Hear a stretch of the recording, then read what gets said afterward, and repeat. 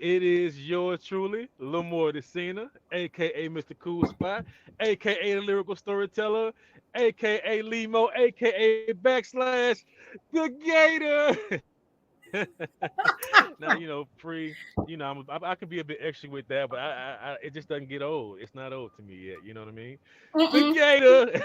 It's not officially old yet. And every time I think about it, I Shout out literally think about them alligators in Georgia, not Georgia, in Florida. in Like every time he says the gator, all Florida. I can Yeah, think yeah, about is how my yeah. daughter pulls up them crocodiles and them gators. Like, this is what they really look That's like in funny. the Yeah, Everglades. shout out. Let me say shout out to Javon Lunsford too. He gave me that name and gave me that title, and it's always stuck ever since. So Oh, yeah, So shout out to Javon Hill is TV. responsible.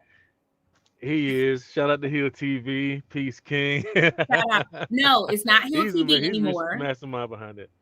Oh It's not well, Hill TV anymore. yeah, yeah. It's Maurice Rakim. Maurice Maurice Rakim. Rakim. Yes, formerly Hill Gotcha. TV. So we shout you Formerly out, known as King. Hill Peace and TV. blessings. And by the way, y'all know I'm your Yes, lovely sir. co-host, Free.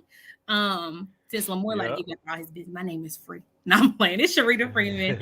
I'm happy to be here once again. Of course, we have a Yeah. solid bill today with four people that are amazing pillars in the community. So we want to Yeah. jumpstart. Y'all almost ready to get started? Yeah. Let's All do it. right. Well, let's remind them of where they pulled up to first, and then we'll get started. All right.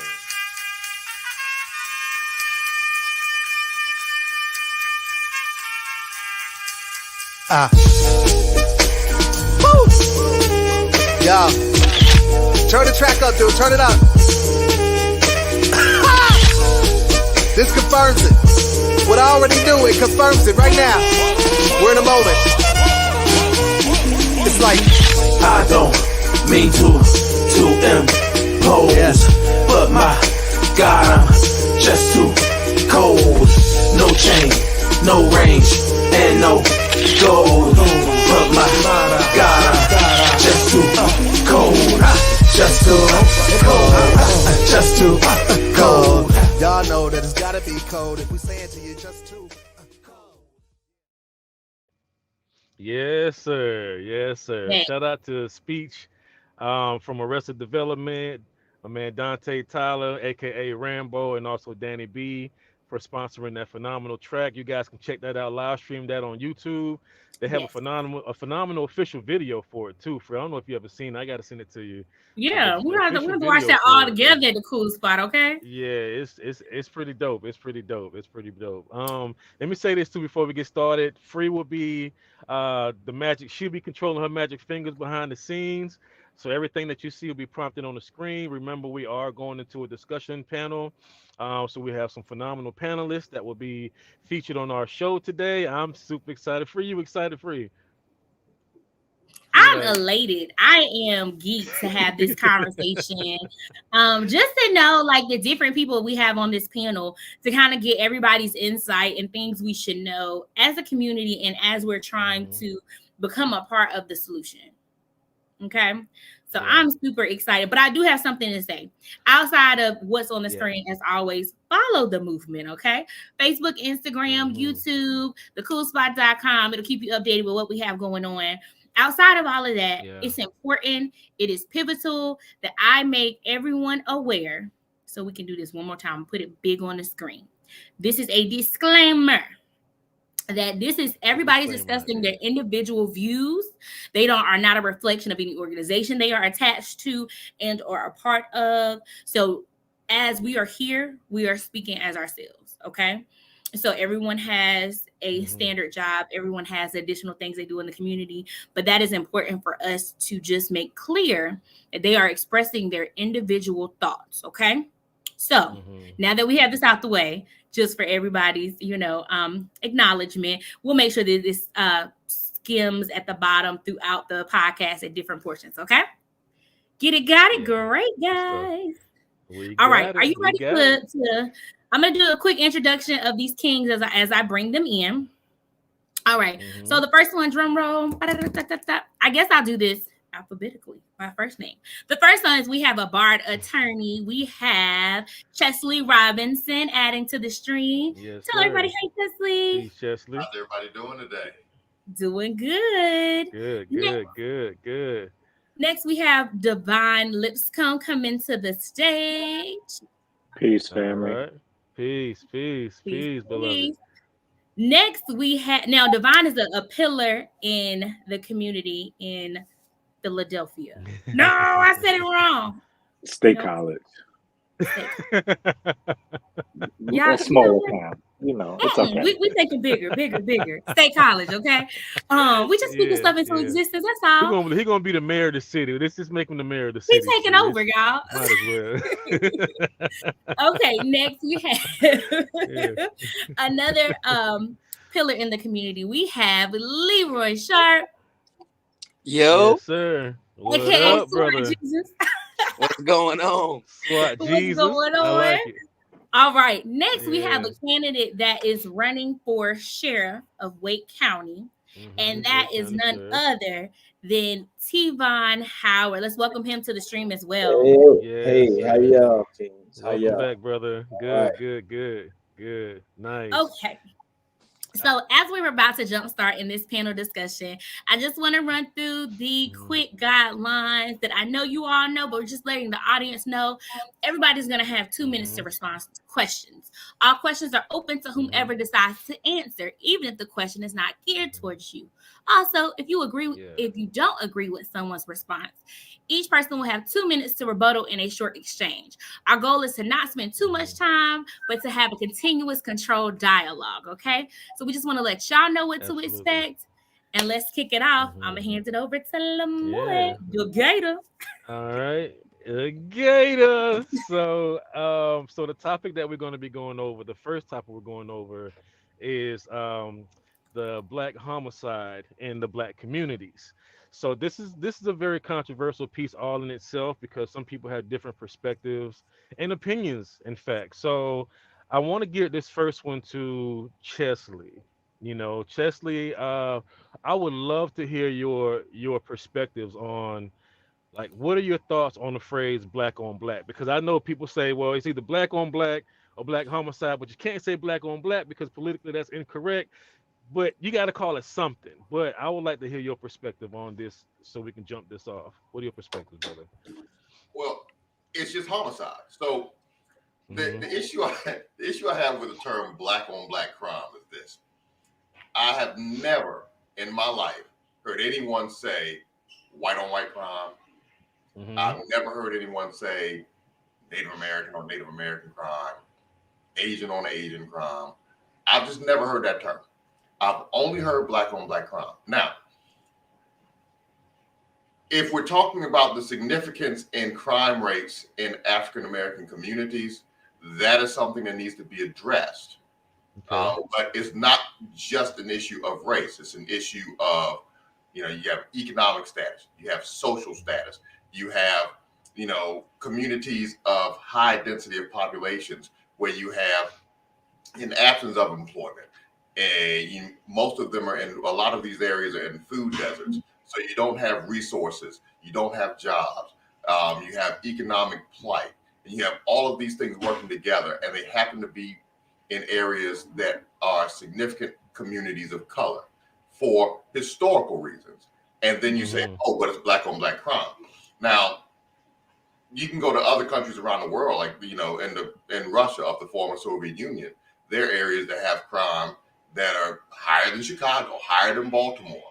I have never heard anyone say, this is just some Russian on Russian crime or white on white crime is a problem. People always look at the governmental failures, the social economical status, and they look at it and say the reason that you have so much crime is because of these things that have been happening over generations.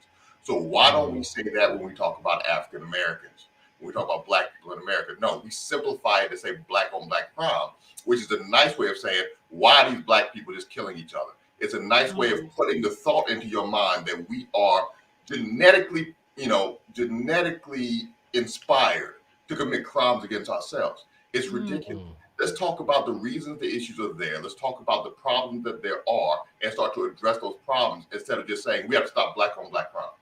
Because you're never going to stop it with a catchphrase. You're only going to stop it with actions and doing things in the community. I agree. I agree. So, do you think this is just another way to desensitize our people? Because, of course, we know from the movies that we see on a daily basis where there's more black killings and killings, period, in movies. So, starting from a younger age now, we're starting to see that, and it becomes to be something normal to the average person now. So, when we start seeing that in the news coverage, it's not like we're seeing it in person.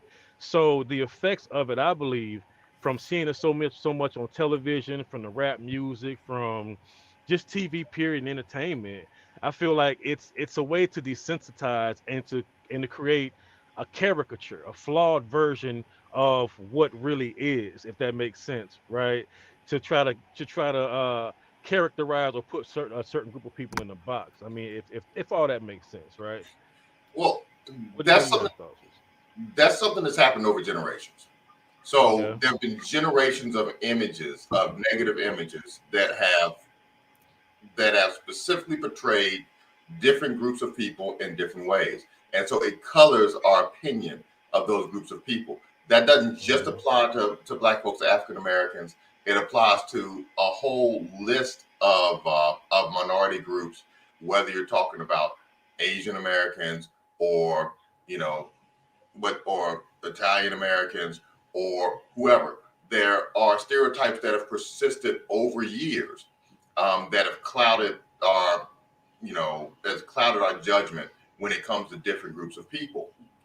Hmm. That, but also in the way that we talk about things, we have a way of communicating issues that establish this idea of putting people into racial boxes, which makes an issue more simplistic than it really is. A quick example of that. I I always have a discussion about the term reverse racism Hmm. because based on the words, reverse racism is just not racism. It's the opposite of Hmm. racism, right? That's what Hmm. reverse is. Hmm. How did reverse racism become, say, racism against a white person? If there's racism against a white person, isn't that just racism? That's all it is. But the way we have to we create things in a way so that we can put different groups into a different box. So Right. if you have white people, it has to have a different term to it. It's not reverse racism instead of racism. If you have black people, it's racism. So it's a way of saying this group of people is in this box, this group of people is in this box. Now, statistics show that crime is more tied to where your social economic status is versus Hmm. race. It is also a fact that more African Americans are in the social economic class, that has a higher propensity for crime than white people. There's a Hmm. generation of things that generational problems that have created that to occur. So why Hmm. are we talking about rising people out of poverty to reduce the crime rate versus just oversimplifying it and saying it's a race thing? We need to Right. address black on black crime. No, we need to address all of the Just problems that all persist in crimes, the community. right? I agree. I agree. Anybody want to add to I, that or take I away don't, from it? yeah, I don't disagree with them, but money Okay. is propelled. The opportunity to commit crime is the thing, and they have the opportunity, and money is propelling them to commit the crime. So I don't disagree with them. We can give them more money. We need more money in our communities. We need to focus on our communities a lot more, but we also need to take that social program and tie it into something where they can gain Hmm. their respect, because a lot of things start with money and respect when it comes Hmm. to when I'm dealing with homicides. I see it's Hmm. respect, it's money, it's how they feeling, it's this, it's that, and they feel like they got to perpetuate that to show who they are as an individual. And we need to let them. I love the term king because that's what starts that. And if we start that young, then we can start it, because perpetually 14 to 24 is the target age where all of the Mm. crimes, gangs, and things Yes. happen. That's our target age Yes. that we need to effectively target. And so that's just my spill. I don't disagree with him. He's saying exactly what it is. But I don't really call black and black homicides. He's Hmm. exactly right. Call it homicide. It's But homicide. I'm just tired of homicide, period. And then that's what we need to focus on. So I want to throw this disclaimer out. Well, not even disclaimer. Like, so I'm a native New Yorker. I'm born and raised in Brooklyn. I spent my entire teenage years incarcerated, right? So I mean, I did gang life. I did prisons. I did all of those things. And and the brothers are right. Like, crime happens in the proximity in which you live, right? And we use those narratives for fear-based purposes. Like, we literally can track that back to Hillary Clinton, and we can track it back to DAs, and even our current president, who use these narratives to force people to change laws, right? And when we talk about homicide itself, there are things, structural things, tied to why people are committing crimes, right? But there's also not economic. There's also academic proof, right? That says we know how to fix these social structures, right? Sociologists have been studying this for years. We know from the Chicago model, right, that when immigrants came into this country and they landed in Chicago, right, or they moved into Chicago, like, in the center of this model, right, no matter what race or nationality of people lived within the first diagram of this model, they committed crimes, right? And then the more people had the ability to grow, which we call upward mobility, right, the less crimes were committed. So the more space they had, the more money they had, access to money and resources they had, the less crime happened. Now, what's important to talk about is when African Americans did the Great Migration, right, from out of slavery into these cities, we stayed in that first diameter, right, based on redlining, right? They did not allow us to move out until certain eras. Like, we can trace that back to wars, right, when they started giving out GI funding. Like, we were kept out of certain areas. And so while generational wealth has occurred for white people, right, we're just getting out of certain social structures and economic structures to start to say, okay, I can move. I have upward mobility. Most of us will never pass our grandparents' socioeconomic status. That's a fact. That's right? so true. Wow. So crime is happening because of these social structures that are in place. We don't need just more money, right? We need more access to valid education. We need more access to ownership. We're not going to destroy shit that belongs to us, right? That's just a fact. Like, look at somebody and how they take care of their sneakers and their clothes, right? Ownership. Where's our ownership in our community, right? And then when we do get that ownership, how do we make sure that we don't do things like kill each other, right? So we got a comment here from Cornell Richards, said, just finished reading The Color of Law, addressing this brother's points in depth. Good stuff. Good stuff. Good stuff. Yeah. Yeah. You want to say something, Free? Like you ready? Oh, you were muted. Sorry. Nothing. I was just going to ask if anyone else had anything else they wanted to say in regards to that. Well, I think everybody's spot on. I think the six of us can all agree. It's actually very pleasing that we all agree on that. So it's kind of, puts us in the right direction is where we want to go. I think each of these brothers have made a valid point. I agree with every one of them. I think that would be well within, my thoughts and reasonings. That's, education, socioeconomic status. I mean, I think the other point that we have to talk about is mental health. That's something that's not really talked about as well. Mental health is very, very important. You talk about why people commit crimes. There's money, but we also talked about, as Moy said, those those emotions. You know what I mean? Where those emotions are coming from? Where's that anger stemming from? The trauma that these Black men in America or Black people in America are experiencing. Where's that coming from? Is it come from not, being in a fatherless home, which we know is a very, very a huge effect as regard to the progression of Black people. Those fatherless homes, not being able to process those feelings and emotions, especially being a young Black man.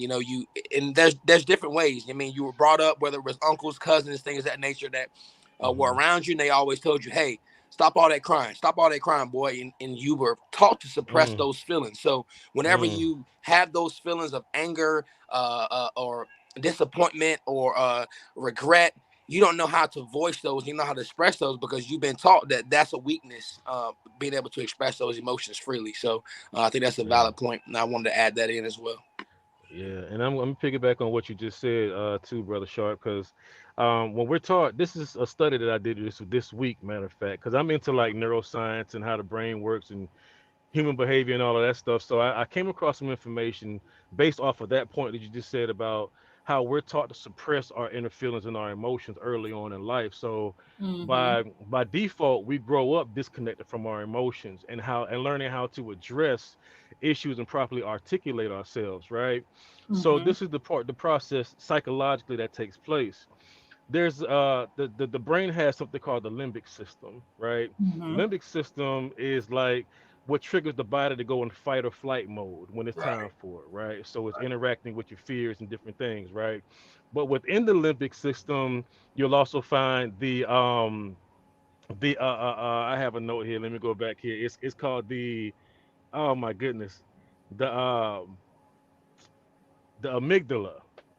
I should know this, Fight or right? You flight. have the Yep. amygdala, right? Yeah, so the amygdala is tied to the emotions. So this is a study that took place that I found. I read about it and I've also watched a video about it online.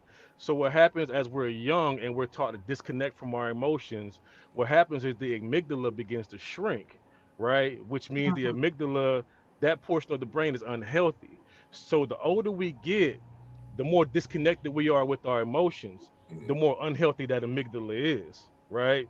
So when people talk about emotional IQs is what they look at. They check for the amygdala, your functioning, and how you work with your amygdala within self, as far as your emotions, right? To kind of gauge where your emotional IQ is. So if your amygdala is shrunken, the older you've gotten means that the more distant you are with your emotions and how to communicate and how to be more caring and things of that nature. It's something that I found interesting that a lot of us completely overlook, and we like to point fingers at other issues instead of going back and looking at the root cause. So if we can go back and find out what happens emotionally because of the emotional traumas that took place early on, right, while we were still kids, then I really do feel like we can be in a better position today as full grown adults. So a lot of people will still point back to their parents and they're 30, 35 years old. Oh, well, it's what my parents did and it's what happened to me back then. And what we're grown now. How long have you known this? Is the question that I have to ask. You know what I mean? Like, how long have you known this? And could you have done something about it from then to now? So now that we're cognizant of what we understand, I got you, Divine. It's cool. We can go back and forth on it. But if we're cognizant of where we are and our position on it, then I really do believe at some point we have to be able to find, okay, where could I begin to find some answers? And if I have to go to an outside source like mental health to get to the root of it and really understand where I am today, then I think, oh, that's logical. You know what I'm saying? But go ahead, Divine. Go ahead. I mean, I wasn't. I was just shaking my head because the question is, um, where do we take that ownership, right? Right. And stop blaming our parents or our environment. And the truth of the matter is, if you're not even taught to do those things, right? How do you take Mm-hmm. ownership, right? Right. Again, Right. access. What do I have access to? I didn't Access. have access to mature. Like no one showed me Mm-hmm. how to mature. And yes, you could say, "Oh, you're 40, so you should know by now. You have some experience." Yeah, but what Mm-hmm. am I surrounded by, right? What True. have I been True. socialized to, right? Right. It wasn't until my 30s where I even was like, okay, it's okay to say I have mental health issues. Okay, now in my 30s, it's okay for me to say, you know what, I might need medication. Whereas if you talk to someone else in our culture, and I see this often, I see it in my own family where it's like, you don't need those medications. You just need to come talk to me. Yeah. Well, Yeah. you yourself are traumatized. How are you gonna help me heal How you gonna help me? when you didn't heal, right? Right. And so when do we normalize not being okay, right? When do we normalize saying, as a community, we are traumatized, right? And when do we start to heal that trauma in itself? And then we can go, all right, you have access to this mental health resource. Now it's on you to like start to take that step. Or where's the mentors, right? Where Right. do those of us who That's know good. better, right, start to say, you know what, I'm here for you. I am a resource for you, right? Because when I decided to leave gang life and the mentality that I had, there was no one to guide me, right? There was no one to say, brother, this is how you do it. It wasn't until I what was this, 2018, um, having access because I'm a student, right? Right. Um, my professor and my mentor was like, hey, did you know that there is a higher in education in prison conference that happens every year? And I'm like, no.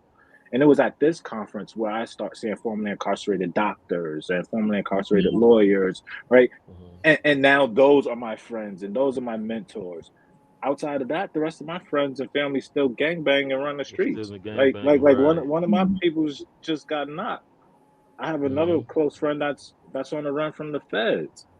So Mm-hmm. being the council member and being a student, like I now have the ability to go, I can be your resource. And if I don't know, right, I can point you in the direction of somebody who do Mm-hmm. know, right? Mm-hmm. So it's on us also. Like we have to take that onus to be mentors and to guide our Yeah. community as well because we know better. Yeah. So So let me let me. ask you this. Oh, go ahead, Sorry. Free. Go ahead. No, go Go ahead. ahead. Limo, go. Not, well, I wanted to ask him based off of what you just said. Like, so do you think that there's a disconnect between the elders and the youth today? Like, though, because I'm a millennial, right? I'm a millennial, right?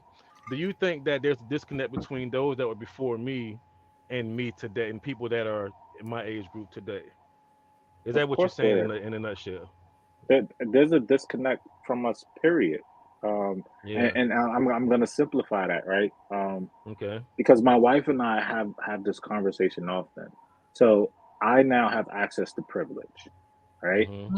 And because I have access to privilege, I also don't want to be in certain areas where I know I'm in harm's way. You Meaning, go right. I'm not going back and forth to Brooklyn to stand on the corner to talk to my homie who might really need me to stand there and talk to him. Why? Because when I'm standing on that corner, I'm uncomfortable.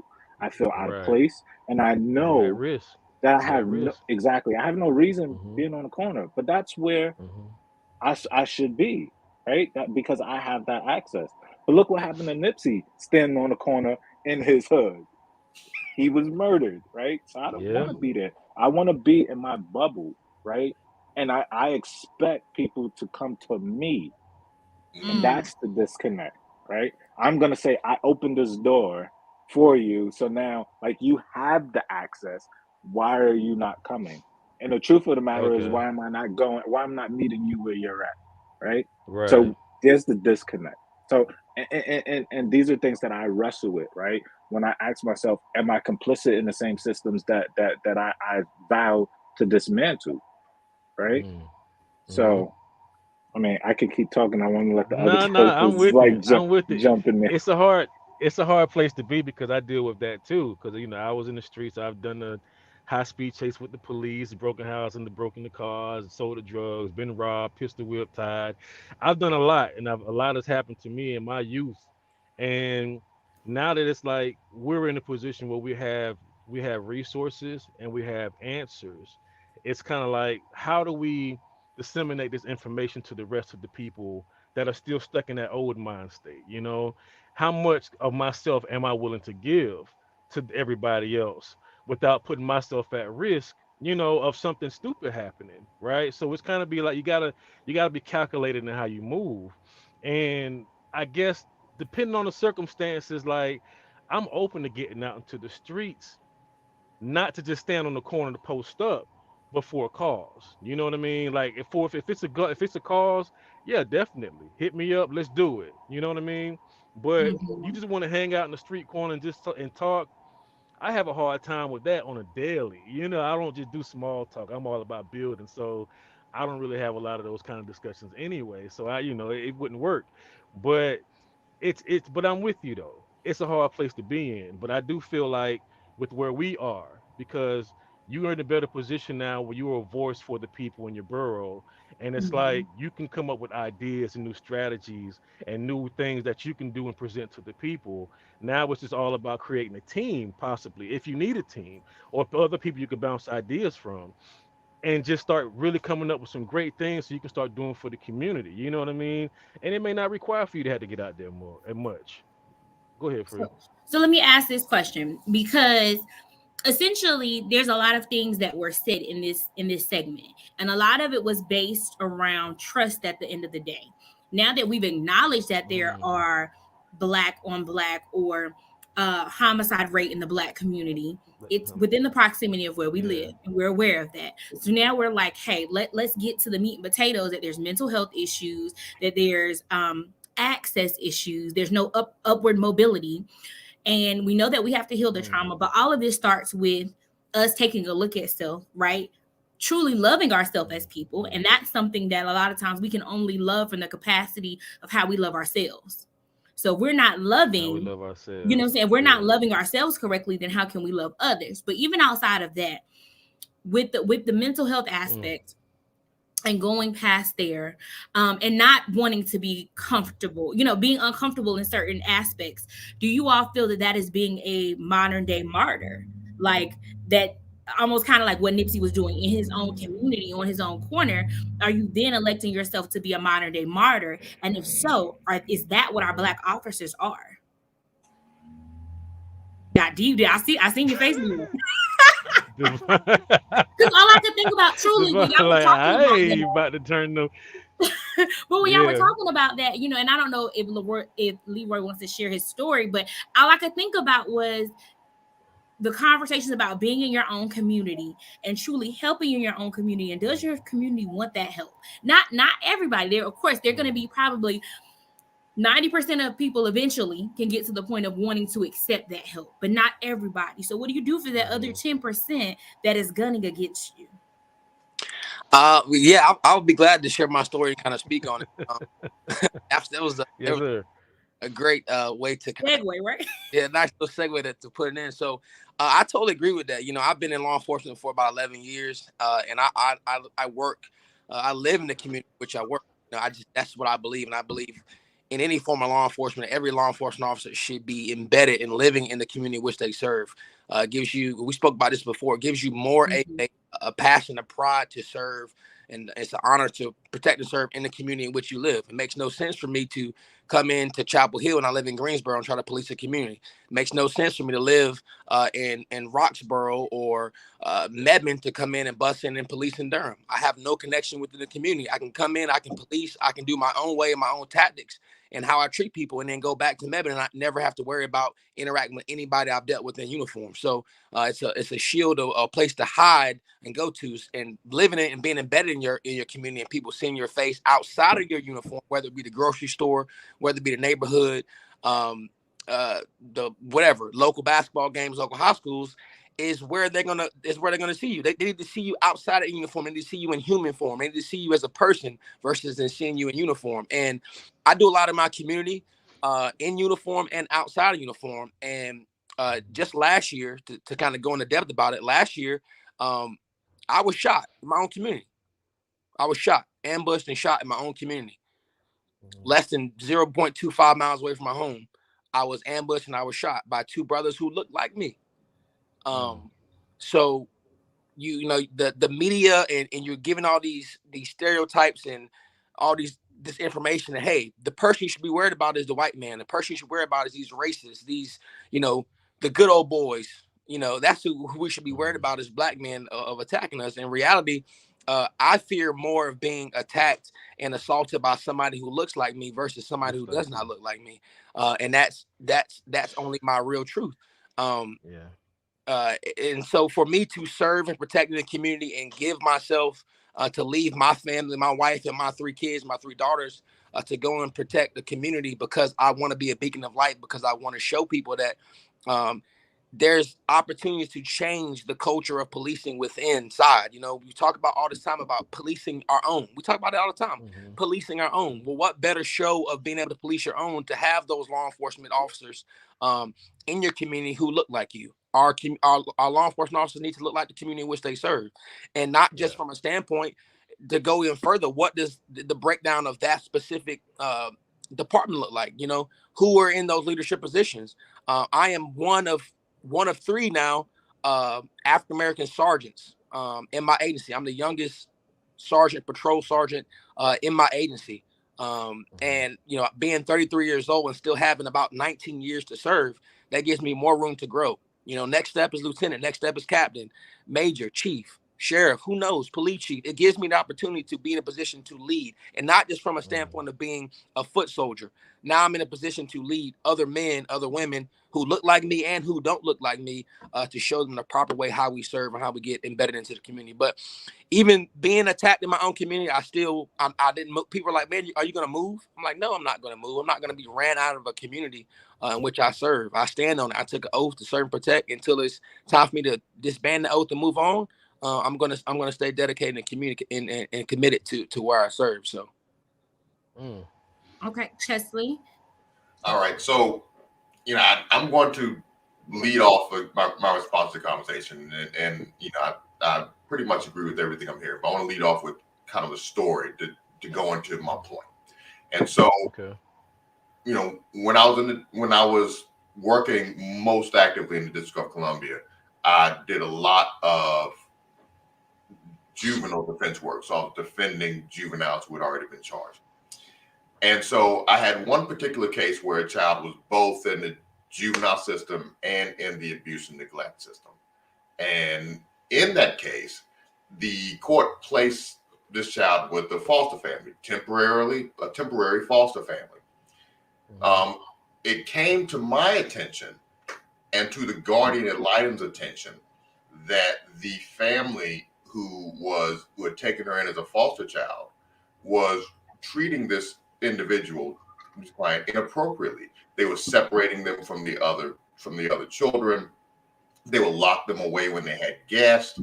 They were very demeaning to the child. So I spoke with the guardian ad litem. Guardian ad litem issued a motion saying, okay, we need to change this. This is a problem. I supported that motion because I'm not in the abuse and neglect case. I'm in the juvenile case, but I'm writing because I'm the one who secured those facts. The result of that was not a change in the family, but the judge saying the guardian ad litem was too concerned, too caring about the child to be a guardian ad litem and remove them and put somebody else on the case. Wow. Too Now, caring? Too caring. They didn't know. They were too concerned about the child. Too attached. Right. Yes, exactly. So, so what ends up happening is that the child gets another guardian ad litem who is less concerned about these things. Eventually, the child just ends up aging out and kind of going on their own. Now, a few years after that, this was when I wasn't doing as much juvenile defense work, I get an email from that child. What the child says to me is, "Thank you, because when you were representing me, I felt safe." That didn't have to do with juvenile defense from a legal standpoint. That had to do from the fact that she felt like somebody was on her side. And so I think part of what happens in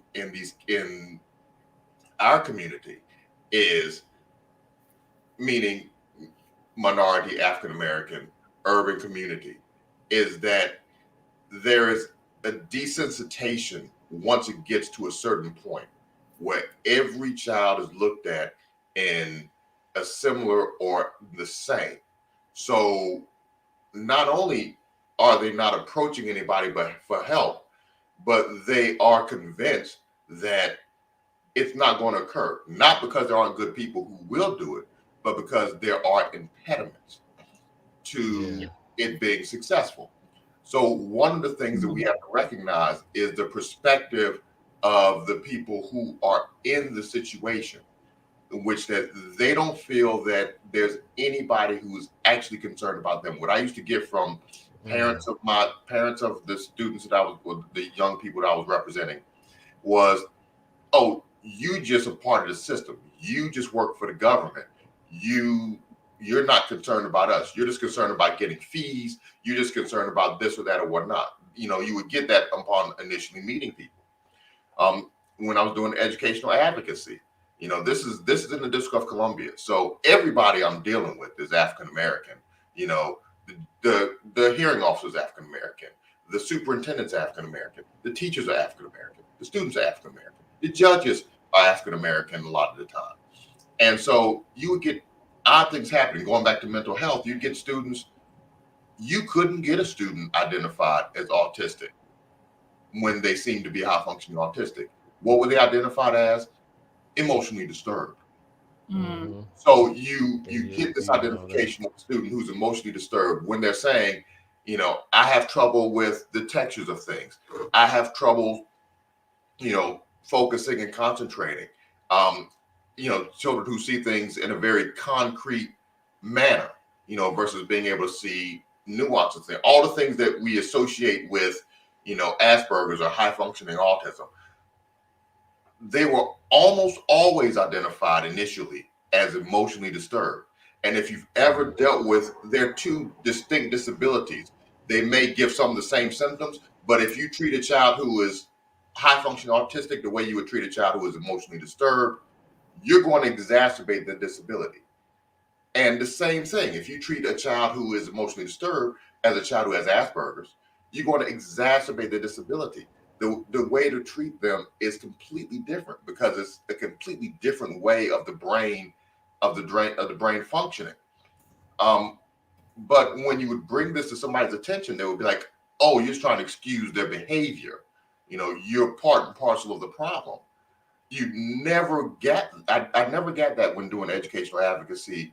You know, in Wake County, in Cary, for instance, or in, you know, Apex or whatever. You know, so it's a part of people looking at the system and saying the system is not going to work for me. So why take advantage of the things that are in the system? And at some point, we've got to be able to establish to people that either we're going to make the system work for you, or we're going to do it outside of the system. But they're good people who are trying to do the right thing, and they run into impediments. It's just like, and I know I'm going long, and I'm sorry. No, you're okay. Let me hold you real quick. Hold on. I like. There was a point that you brought up earlier, about, what was it? You brought up a point dealing with, The attachment people and caring seeing too much. people. No, not that part. This was my thought process.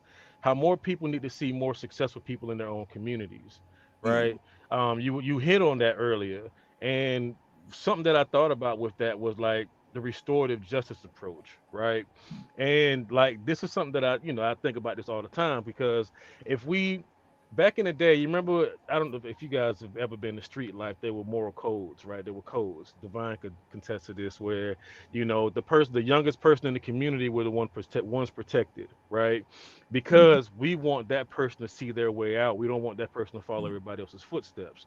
So if you were the youngest, everybody would pitch in, all the OGs, everybody knew who you were, and it's like, hey, look, young man, young buck, Jit, I'm from Florida, Jit, get back in the house, Jit. It ain't hey, get in the house, Jit. This ain't for you.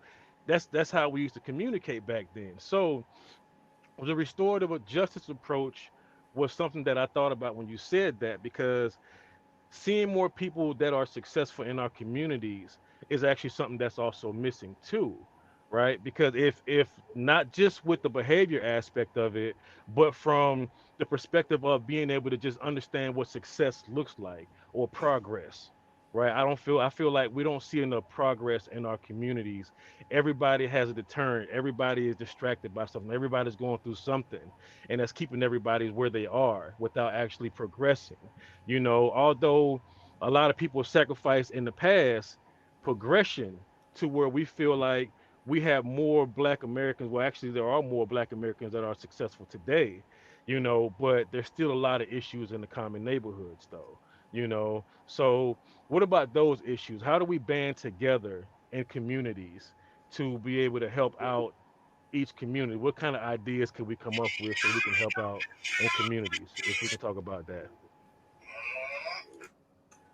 Well, okay, so it, from my vantage point, one thing, it goes back to something that Mr. Howard said earlier, when he was talking about the term king, and he said that Mm-hmm. is something that should start young. So the Mm. first thing is, you have to establish that someone is more than their environment or their circumstances from a young age, not from, Mm-hmm. you can't wait till they're 15, because at that point they have developed, we're putting these things together. We talked about neurologically, if somebody has experienced Mm-hmm. trauma, then they Mm-hmm. establish a fight or flight type of behavior, right? Right. So if Emotional you wait, disconnect. Yeah. till after the trauma has set in, then it's too late. So at a Mm-hmm. certain point, we have to get to people at age 6 months, 1 year, 2 years, 3 years, and establish who they are and what they can accomplish early. That's the only way they're going to be receptive to the types of things that you can do. Otherwise, they're going to have to learn their way as they get older. Now, a lot of people are Mm-hmm. going to be able to do that, but a whole lot more people are not. And so we have to guarantee that people are going to know their value at a Yeah. young age. Um, So we need more community organizers that are trained in these areas and communities. More of that in our communities. Is that what we're saying? well, we need Like more of community it. organizers, more people that are trained psychologically to work with people from the restorative justice approach, and also um, what's another one? Restorative justice approach, and also with like just leadership. We need more people that are in leadership, elders or people that are trained in leadership in communities. Yeah, and people who are going to be willing, to actually address people where they are, because it is very real that it is a challenge going into an area that has difficulties and just approach people. Number one, people don't want to be approached. Mhm. People have cocooned themselves because it's a protective thing. I Hmm. don't want to be approached by you because you're going to take advantage of me like everybody else has. Hmm. So at certain point, we have to figure out how to address people where they are. One of the things that I used to do that used to help me get connected to parents and to clients was to go meet them where they are. Um, and you would establish trust just by being Hmm. able, just by me saying, yeah, I took the metro down. I got off at the Minnesota Avenue Metro, and I walked a few blocks over here to where you stay, which is what people look at as the hood. That I Hmm. walked to your house. Just that would get people to say, okay, I trust him because he's not looking at me like I'm a danger. And he's not looking at people around me like I'm a danger. Okay, just a matter of getting somebody to trust that you're going to be for them.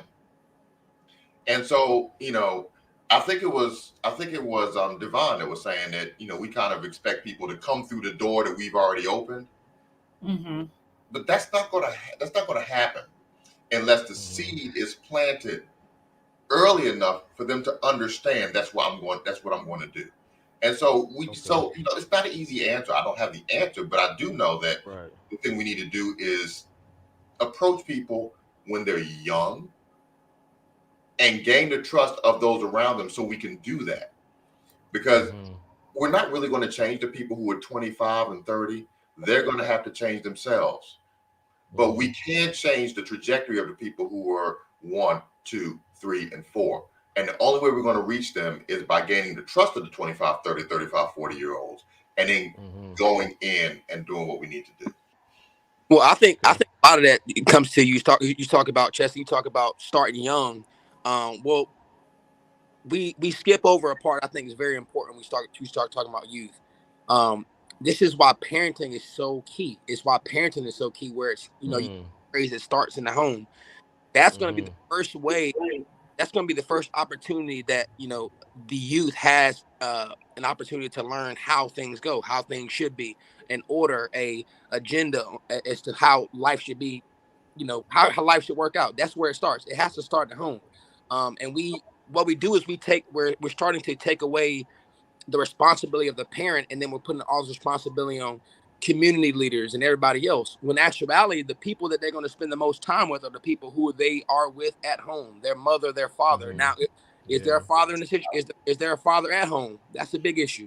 You know, is there a mother at home? Is mom working 2 or 3 jobs? Is she out? Is she on drugs? Whatever. You know, what is their home life like?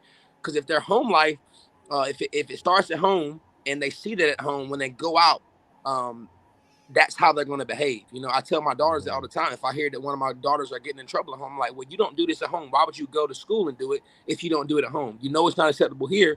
So why would you go to school and think that it's okay for you to do it?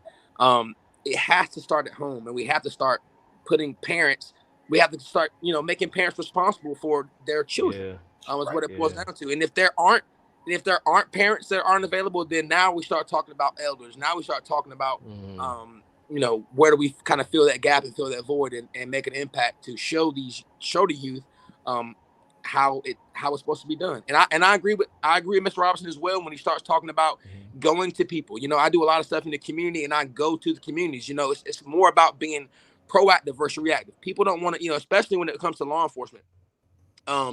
People just don't want the reactive. They don't want you just coming when they call 911 or when a crime has occurred or when, you know, you want to come and write a ticket or you want to come and, you know, be nosy. They want you coming to the cookout. They want you coming and hanging out, you know, driving on the porch with the old folks in the community, seeing what's going on. They want you coming in, breaking bread. They want to see you and they want to establish that trust. So that's key as well. So I want to say, I just want to add that point.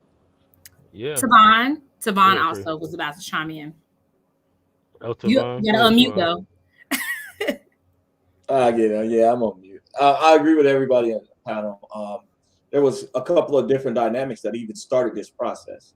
You know, when we look back at what started us to be so diversely against each other in certain circumstances, if this guy got this, I'm mad. It's been a process that has been placed in our communities years ago. So now we stuck with trying to figure out what do we do to fix it. You know, well, how can we fix it?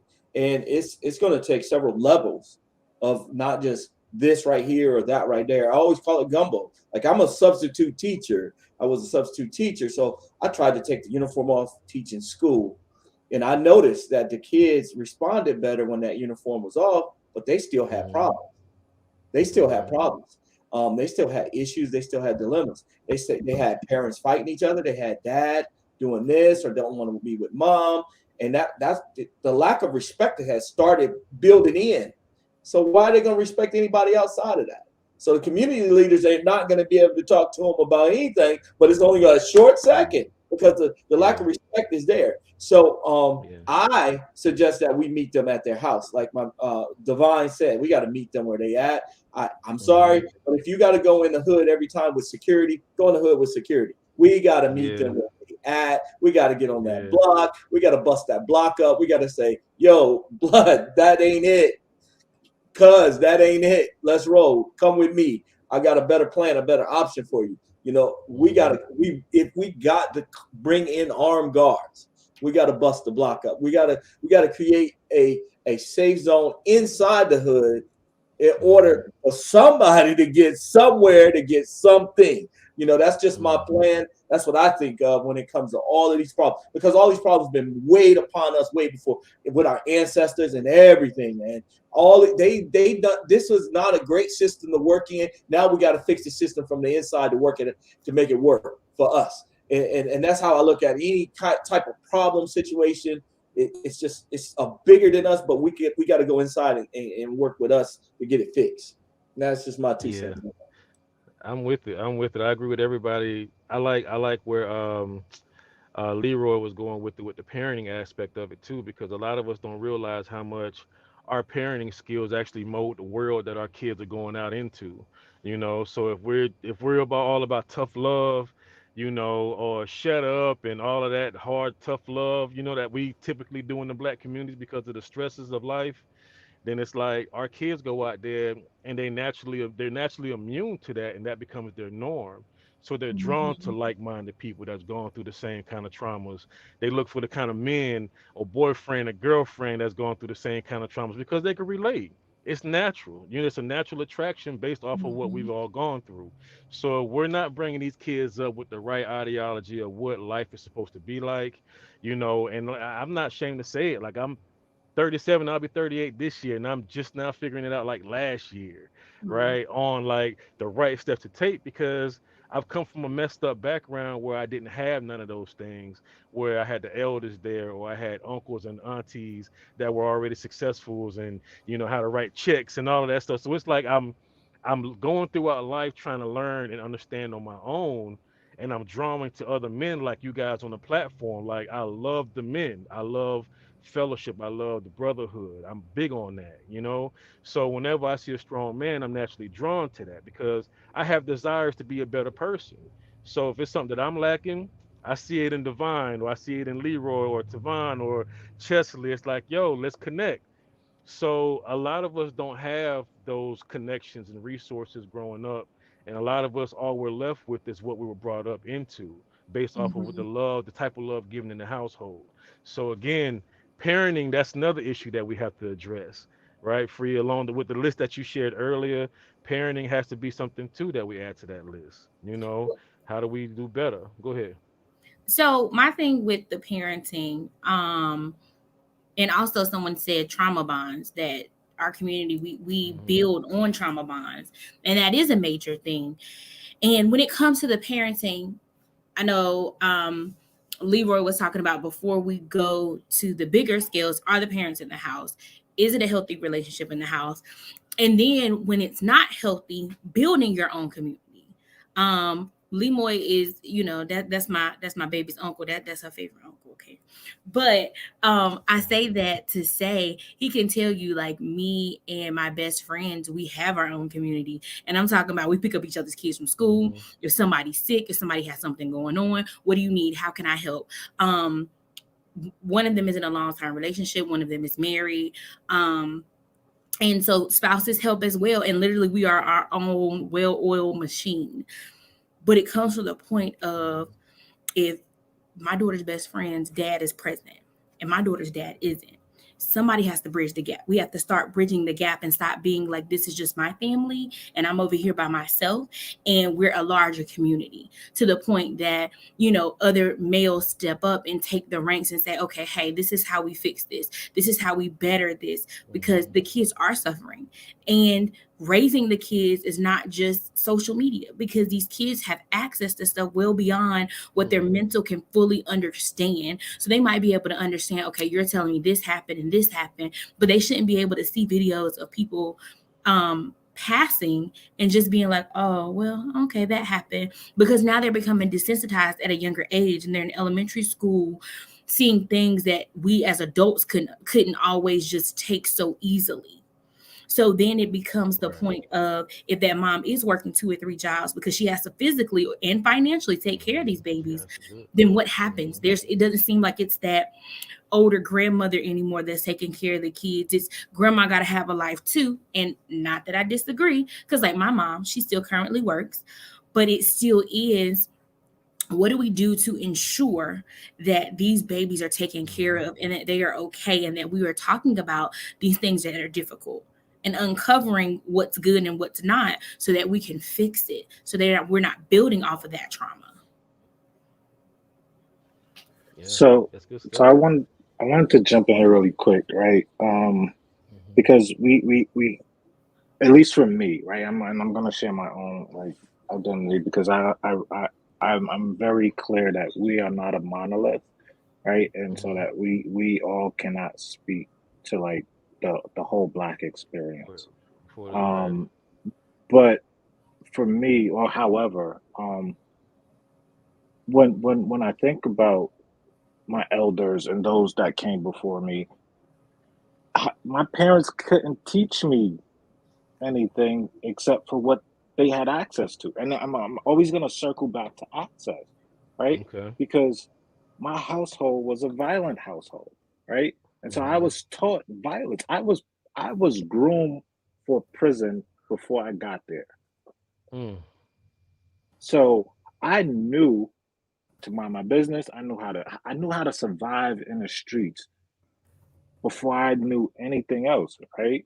And so we can say parents, but what level of access does my parent have, right? What resources does my parent have? And I mean, educationally, right? How do you have the intellectual knowledge to raise me? Do you? And then by whose standards is right or wrong, right? Are we saying that this colonial white upbringing is right? Like, we don't know. We just know what this society says is right or wrong, right? And then how are we socializing ourselves into that, right? To this day, most of the stuff that my parents or aunts and uncles tell me, I'm like, that's wrong, right? Because developmentally, it's wrong, right? And I use those same methods on my children. And now that, again, I have access to certain education, I have access to certain resources, I yell at my kid. I'm not going to just fly off the handle and yell at you, because that might be my crap, right? From my day, right? And you're a person, right? And so who taught me how to speak to you like a person? Growing up, and it's children are supposed to be seen and not heard, right? So how do I now incorporate that same, or not incorporate, like remove that training from my household, where it's like, well, I value your opinion, I value you as a person.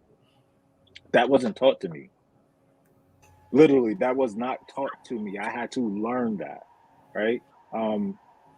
And so how do we make these things normal, right? These things aren't normalized, not where I come from in Brooklyn, right? And then how do we say it's okay to have emotions, right? To this day, we still tell people to shut the hell up, man up. You don't have the right to do that. We don't believe women when they say that they've been assaulted. We don't believe our children when they say that they're hurting. Like, how are you going to tell me you didn't hurt me? How do you have that right to say, oh, that doesn't hurt? So parenting, what's like, how do we start to treat people like people, right? Like, how do we treat our children like people? How do we treat our parents like people? How do we treat our neighbors like people? And then when we learn how to do those things, then we can say, at least for me, like, well, if I treated you this way, can I apologize for that, right? If it was wrong, do I take accountability for that, right? My mother is never going to take accountability for the things that she felt, that I felt she did wrong, right? She's going to be like, well, I did what I could do with what I had. You, if you didn't like it, that's your fucking business, right? Like, right. Just keeping it real. Like, and I look at my kids now, at least, especially my children from my previous relationship, and how uncomfortable a lot of that conversation still is. And I'm just like, yo, it is what it is. Like, one day we'll be able to kick it. If we don't, we don't. If we do, we do, right? Because I had what I had when I had it. And if you can't accept me where I am now and try to build from where I am now, that's a you problem, right? And at some point, some of this stuff becomes a you problem and not a me problem, right? And then, it's a you, It's a Question. you problem. Yeah, go for it. Question. Because we were just talking about these babies, and Free about the babies. Free all trigger about the me babies. free. You know what Yeah. I'm saying? I love these babies. Yeah. So Come on, free. Hey, wifey. Okay, when it comes down to these kids, and I understand having what you have when you have it, but a lot of times what I think happens in communities are that sometimes fathers do become absent, regardless of reasoning, right? The mom, most of the time, doesn't have the ability to say, the hell with it, I'm done. They have to step up and now play double roles. Now, I'm not saying that you're going to disagree with that part, because I don't think that's the part. But when it becomes the me problem, you problem, now as they get older, there are some things you can't change. Like specifically if certain situations become toxic, or what you can and can't give. But at what point, right, does it become solely about the child? Because a lot of times, and I can speak for personal and just seeing other people's situations as well, we get to a point where we're so hell-bent on protecting our children that sometimes it becomes, we're worried about the forethought before it happens. Like we're thinking 5 steps ahead versus specifically where we are. So what? So who gets to decide what's in the best interest of a child? And then what does that look like in a court of law, right? Because what? Come on, Chesley. Right? Because now you're going into a different ball game, right? When like we're on live, so I won't go too in depth. But like I can tell you, I got dragged through I was in court more as a civilian than I was when I was committing crime. And I was dragged through the courts as if I was still committing crime. Right. To a point where it was like, wait a minute. When do I start to protect my emotional well-being? When do I start to protect my mental health? And how for the child, like for the sake of this child or these children, how much do you beat on a man? And at what point does it's like, okay, is this worth it, right?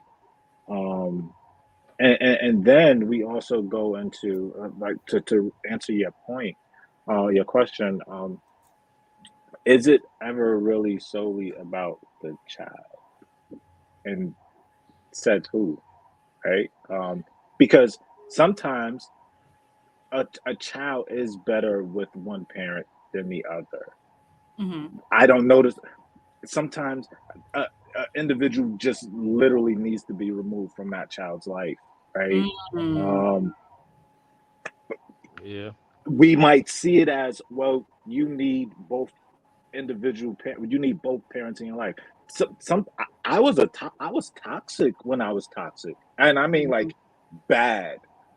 There was a point in my life where I didn't need a woman or any children in my circumference, right? They should not have been there, right? We're talking about accountability, right? We're talking about honesty. Like there was a point in my life where no one should have been around me at all. I should have been in a space learning how to heal and take care of me, but that didn't happen, right? A lot of the times my children, my ex-wife, my current wife, and my children they suffered through my healing. Yeah. So let me throw this out there too. I know that I this seen parenting Chesley topic. raise his hand. Yeah.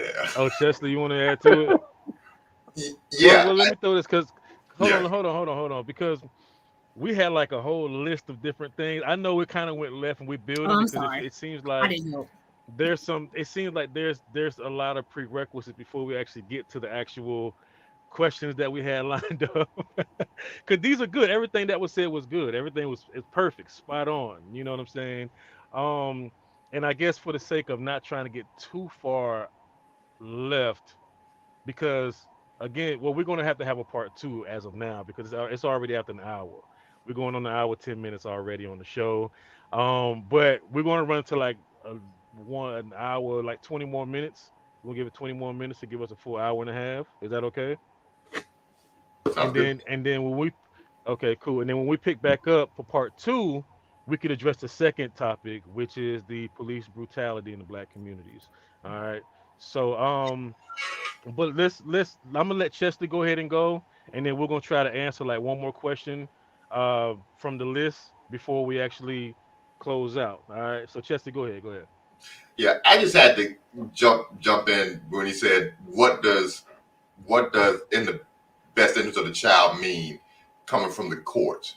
And so I want to caution people, because in our community we have this kind of schizophrenic relationship with the courts and police, where we don't want them around until there's a problem. Then we want them to fix it. And once you get in that court system, you are no longer in control. And keep in mind that the government's role is not to make you a better person. The government's role is to make sure society operates. Yep. So what's in the best interest of the child?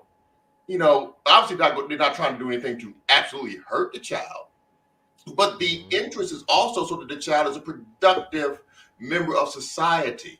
And so if that's the focus of what is in the best interest of the child, then what is not happening is an in-depth, view, conversation into what is going to make the child a better person. What is there is what is going to make the child a productive member of society, which may not help you, may not help your child, may not help your relationship with your child.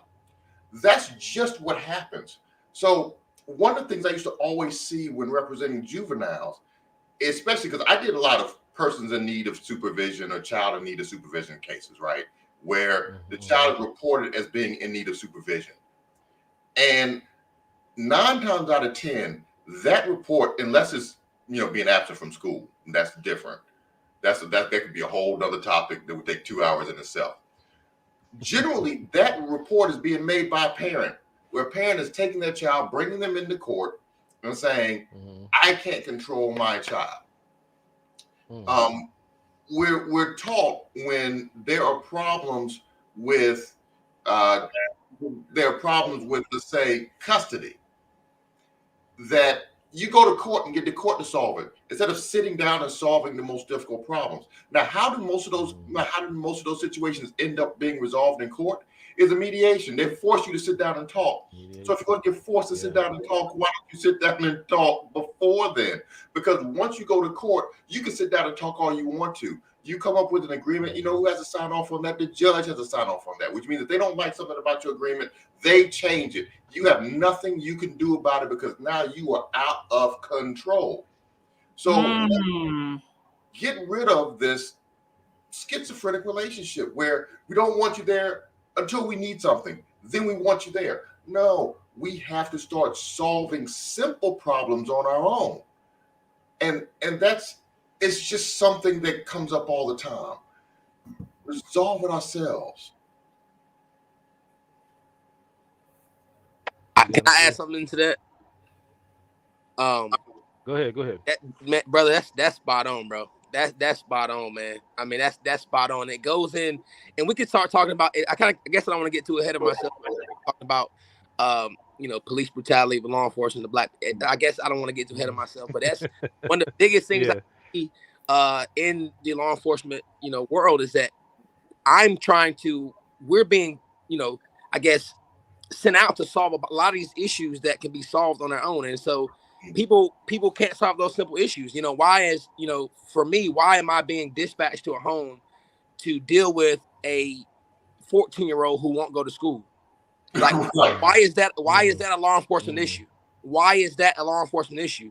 And then what makes me qualified to go in to tell to address that situation with that child and that parent to say, hey, this is what you should be doing. You know what I mean? What makes me qualify as a law enforcement officer to go and handle that type of situation? So in a sense, we've been given all these roles and all these hats to play in our community as law enforcement officers, when a lot of times you're not trained to do it. You're not trained to do it. And especially if you don't, especially if you go into somebody else's community, you don't look like that. You know what I mean? How can, and I'm being front honest, how can a white officer who is from, you know, suburbia go into the hood and tell a 14-year-old male or a young black mother how she should be raising her child and what's the best thing for why she should be doing this and why she should be doing that and why the 14-year-old should be doing this and why she should be doing that. So like we have to be able to handle a lot of these issues on our own without law enforcement presence, without using the court systems.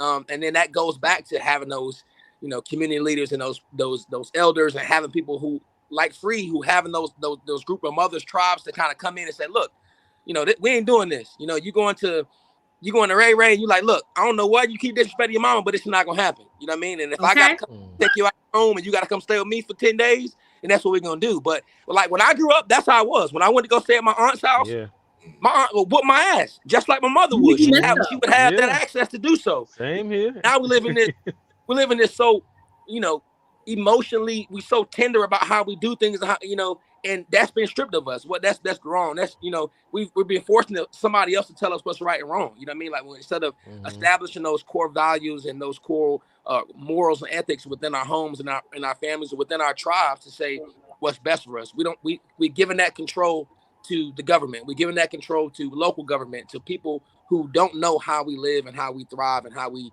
and you know how we just try to survive. Yeah. Mm-hmm. Yeah. But let me totally agree. Totally agree. You want to go ahead? Go ahead, Justin. Throw this one thing in though, is that one of the problems we talked about the loss of respect in the community. One of the things that I found is that we have a lot of younger parents today. Like when we talk about spanking and things like that from the past. Like, you know, I was, my parents, you know, spanked me. I get it like most people. But I always knew why. I always knew what I did, why I was getting what I was getting. Nowadays, you have people who are just like, okay, I'm in a grocery store with my 3-year-old who reaches over and grabs some candy because they want it. Now it's time to spank. Well, that's not the time to spank. They put it there specifically for children to grab it. Right. That's not the time to spank your child. You don't spank your child because they said why and shut up, bam, bam, bam. You know, now the child is just growing up to understand, to react to beatings. They're desensitized to physical contact and behavior. A child has got to at least know that they did something wrong and that this is a punishment for you doing something wrong, for them to then say, I'm going to correct that behavior. If I get beat for everything, I'm not getting beat because something's wrong necessarily. I'm getting beat because I annoyed the person in front of me. And so there has to be a recognition that punishment is for a reason. And so if we're going to punish a child, whether it's, you know, grounding them or, you know, the timeout thing or the talking to or spanking or physical discipline, there's a reason for it and there's a purpose for doing it. And the purpose is to correct behavior, not just to address a child that's getting on your nerves. So to add, I'm sorry, Free.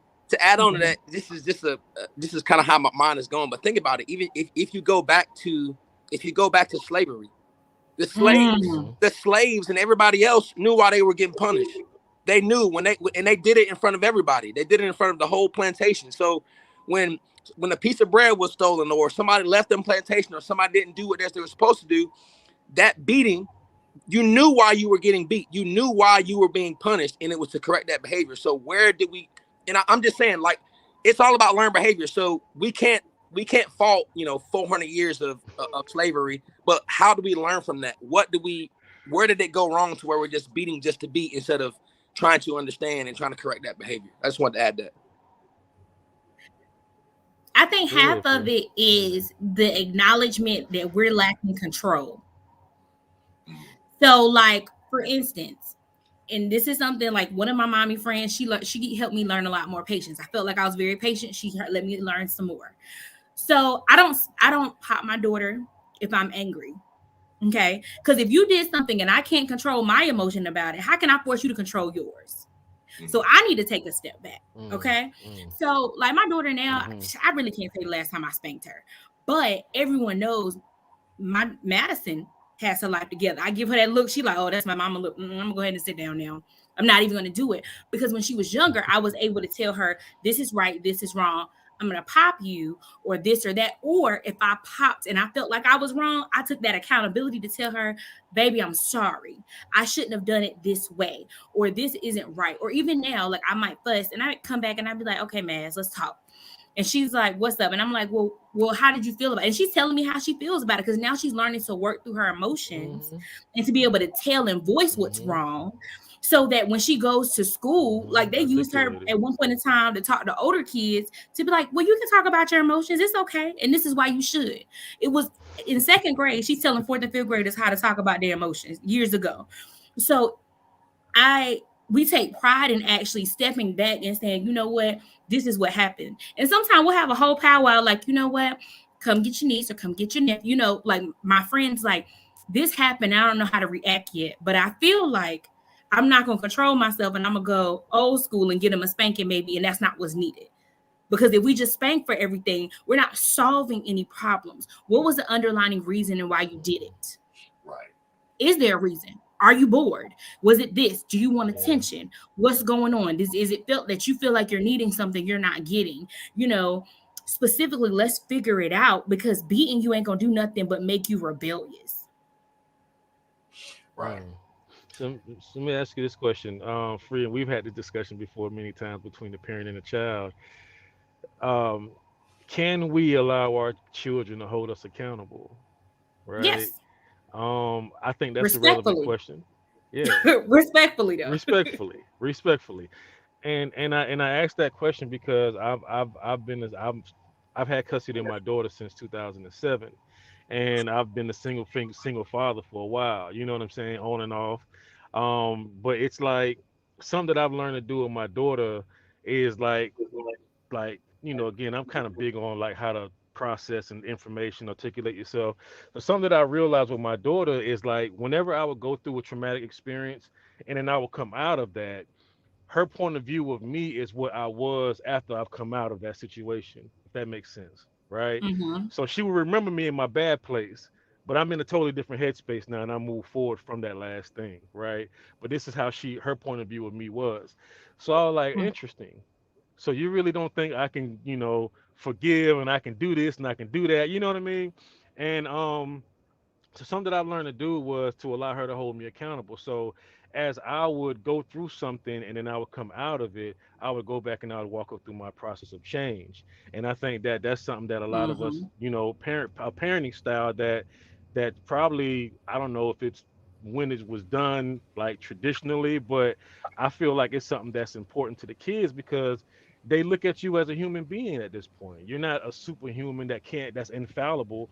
You're a human being that will make mistakes, and you're letting them know like, hey, listen, it's okay if you make mistakes, because I'm making mistakes and I'm still trying to figure it out myself, but this is my process. This is what I'm going through. And these are my plans to get from point A to point B. I'm giving you permission to hold me accountable to get to point B. So if you see me doing anything outside of the realm of what I should be doing to get to point B, I'm giving you permission to let me know. You know what I'm saying? And it's nothing harsh. It's not like they're gonna come at you and cuss and be like, Dad, you effing this, nah. Out of respect. Dad, I remember we had this discussion. This is what we talked about. This is, you know what I mean? And that's how it typically happens, man. But like, I feel like ultimately, these babies need to know that they're loved before they leave the nest.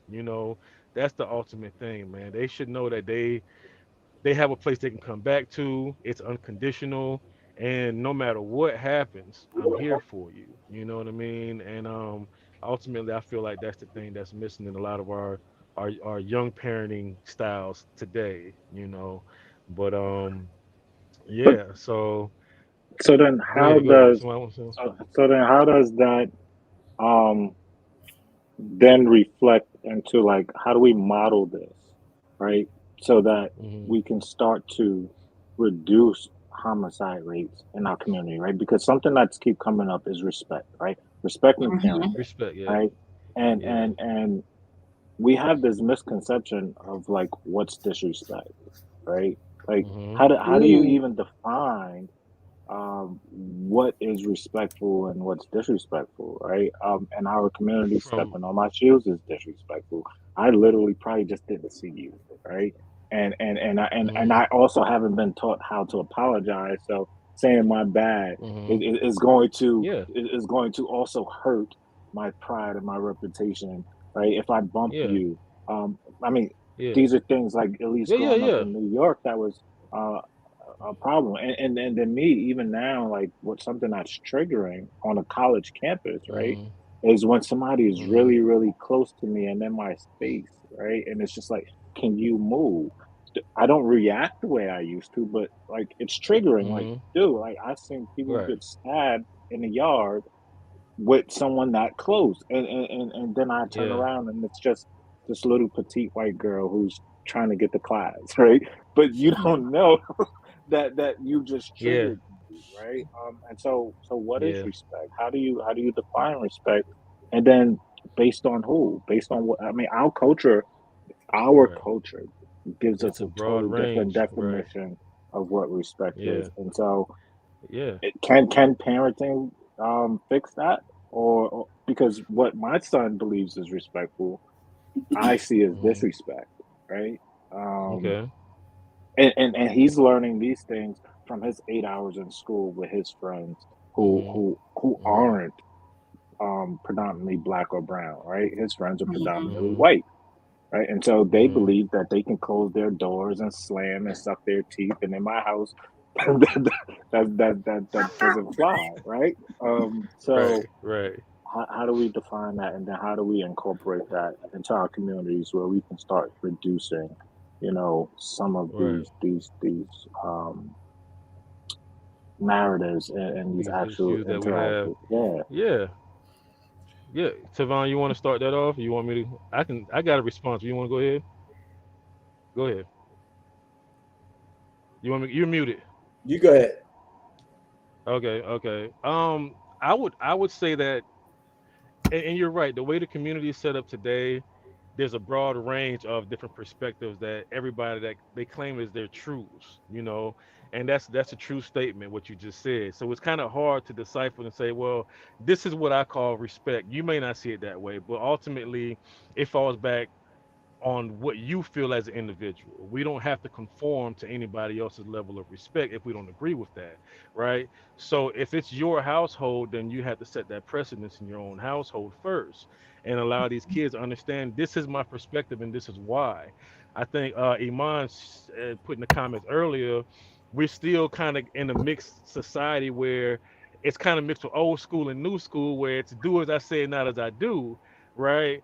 And even if I don't do things correctly, I'm still going to hold you accountable to do it the right way, even though I didn't do it the right way, right? So it's still a thing of explaining your reason why your perspective is what it is. I think it's there's an art to de-escalating issues, and learning the art of de-escalating issues. You have to be okay with showing people why it is that you feel the way that you feel. It's learning to articulate, right? So if I just tell you to go do something, I'm not just going to say go jump off a bridge. I'm going to say, hey, go jump off the bridge because you just might have wings. Not just playing, but but you never know till you jump out the bridge, right? But now I'm just joking. But in all reality, in all seriousness, we have to be able to be okay with giving a reason why we ask for something, or we we have our perspective. So what is our reason for having our perspectives? That's important. So if it makes sense naturally by default, you can't argue with it because it covers every ground that you have of doubt. And through that process, you have no choice but to conform. You know what I'm saying? And I feel like on the flip side, that's why we hold on to our grounds as far as what we believe is our truth, because it hasn't been challenged, or we just haven't looked past or beyond, or maybe we just come to the dead end of the truth of But what we we feel like that's found. all we have. So stand on your truth. That's all we have. Yeah, you're absolutely right. You're absolutely right. Go ahead, So Tavon. but go ahead, go ahead. Also, in our family, we did when we were talking about the family dynamics. We uh, the sensitivity of death is not really as strong in our community. We No. Mm, desensitize our situations, and we looking at respect, and we go out and we commit a crime and hurt somebody, and it was like, oh yeah, that's just what it was. And I think that going back to our main topic, like we're not sensitive to each other enough anymore, outside the home. I just don't think it's enough sensitivity there. I say, young blood, I love what you're doing, but that was wrong. This is why it was wrong. Yeah, our parents can tell us, it's wrong, but most of the time, these children listen to other people too, not just our parents. They don't stop there. So, I think our homicide rate is high because of our sensitivity, and there's not anybody out there encouraging. We rather stick a phone up to people's face instead of saying, hey, grab him. No, don't do that. This is why. Pull them out that situation, have conversations. That's just my thing. So Tavon, let me ask you this too, because I know you're the most seasoned, and this is one of the questions. I'm gonna go ahead and go here with you. You have 20 years on the police force, right? 20 years? 22. 22 years, correct. Right. Thank you. So, in your 22 years of being on the police force, would you say that blacks have become like the new KKKs as far as how we've been killing each other? Eesh. That was one of the original questions, because we got a whole list of stuff. You touched on, everybody touched on a lot of the questions, but I want you to just throw this out there before we close out. What are your thoughts? Because you have the most experience with this. So, what are your thoughts, brother?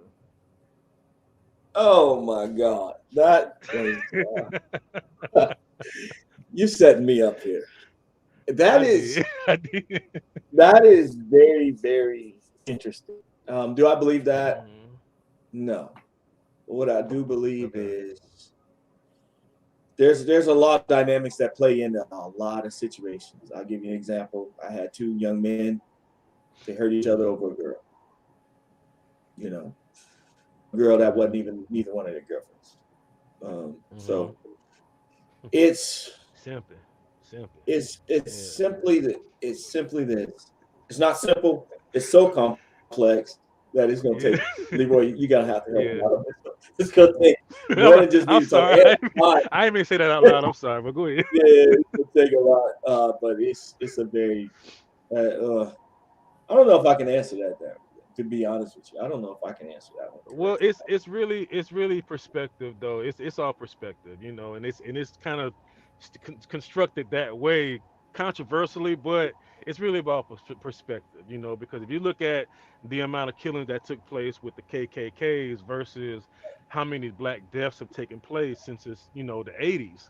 Let's start from there. From the 80s to today, it's like there's a huge disproportionate rate with the amount of black deaths that's taking place amongst black people.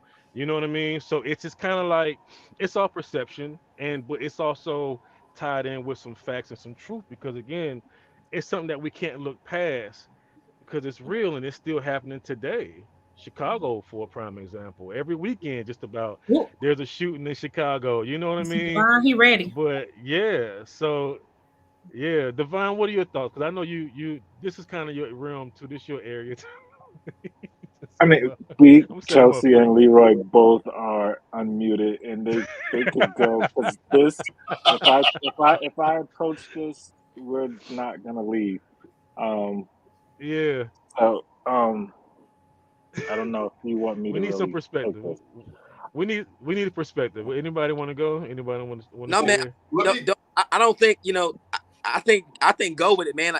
We here now. It has to be addressed at this point. So I mean, I say go with it. We are the here, question man. is out there. That's the point. That's why we're here, to share that dialogue. Like my mic is unmuted, chest is unmuted. I saw you kind of like. I'm like, go ahead with it, bro. Like I want to hear your take, bro, because I have a lot to kind of add to. I definitely want to hear your take. Go ahead with it. Philosophically, the way that question is set up is problematic. And I think you did that, and I think you did that on purpose. I did it on purpose. I mean, on purpose. I did. So first of all, the KKK is systemically a hate group, and they were designed to do exactly what they did, and that was to murder Black people Blacks. or to instill fear. Black homicide is not based in that. Like, I'm not killing people. We don't kill each other for fear, right? We kill each other based on these ideologies on how we are socialized, right? Yeah. Again, I'm always going to go back to our socialization, right?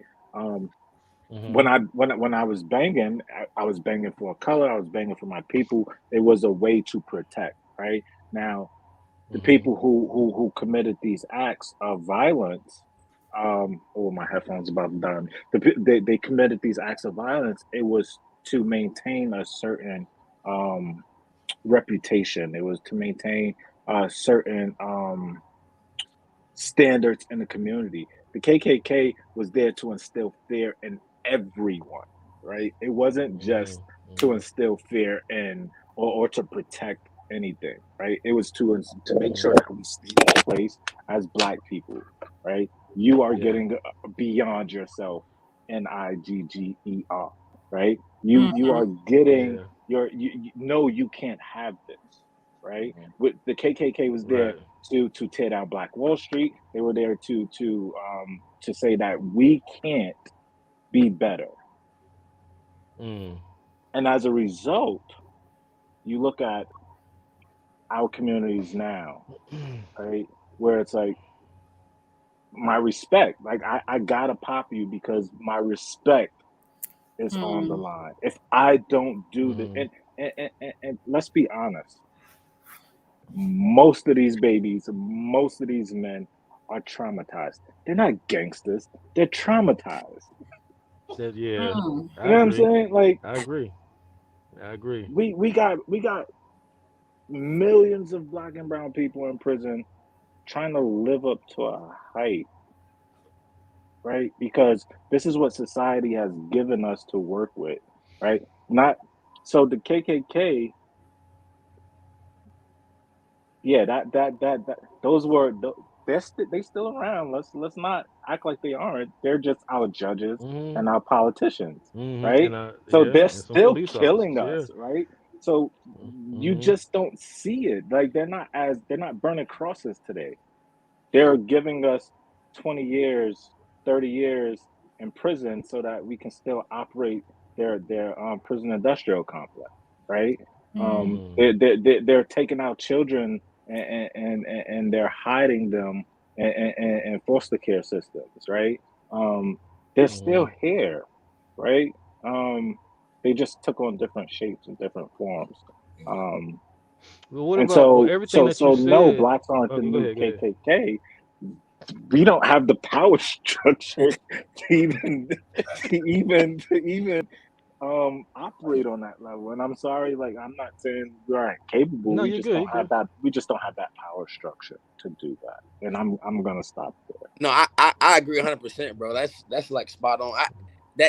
I think the question is definitely problematic because I agree with you, Divine, bro. Like, I think a lot of it is like, a lot of that too is like learned behavior. You know, you start talking about like gang culture, you know, and I'm like intrigued by gang culture stuff because I just think I think it's very important to the psychological and the emotional intelligence as to why a lot of these young brothers are joining these gangs, why they're in the streets, why they do the violent things they do, and it goes back to again that those emotions and that trauma. You know, you start looking at a lot of these gangs and the gang culture and when that stuff was, you know, when it kind of came to fruition in Cali, whenever that stuff started, and how it migrated to the East Coast and things of that nature. But these guys everybody's that are joining these, and not saying everybody, because I don't want to be judgmental. I want to speak to everybody, but for the vast majority of these people that are joining these gangs and the groups, is they're trying to fill a void that they aren't getting. They're trying to fill that void of having, you know, a companion. They want to be around people. They want to be successful. They see the OG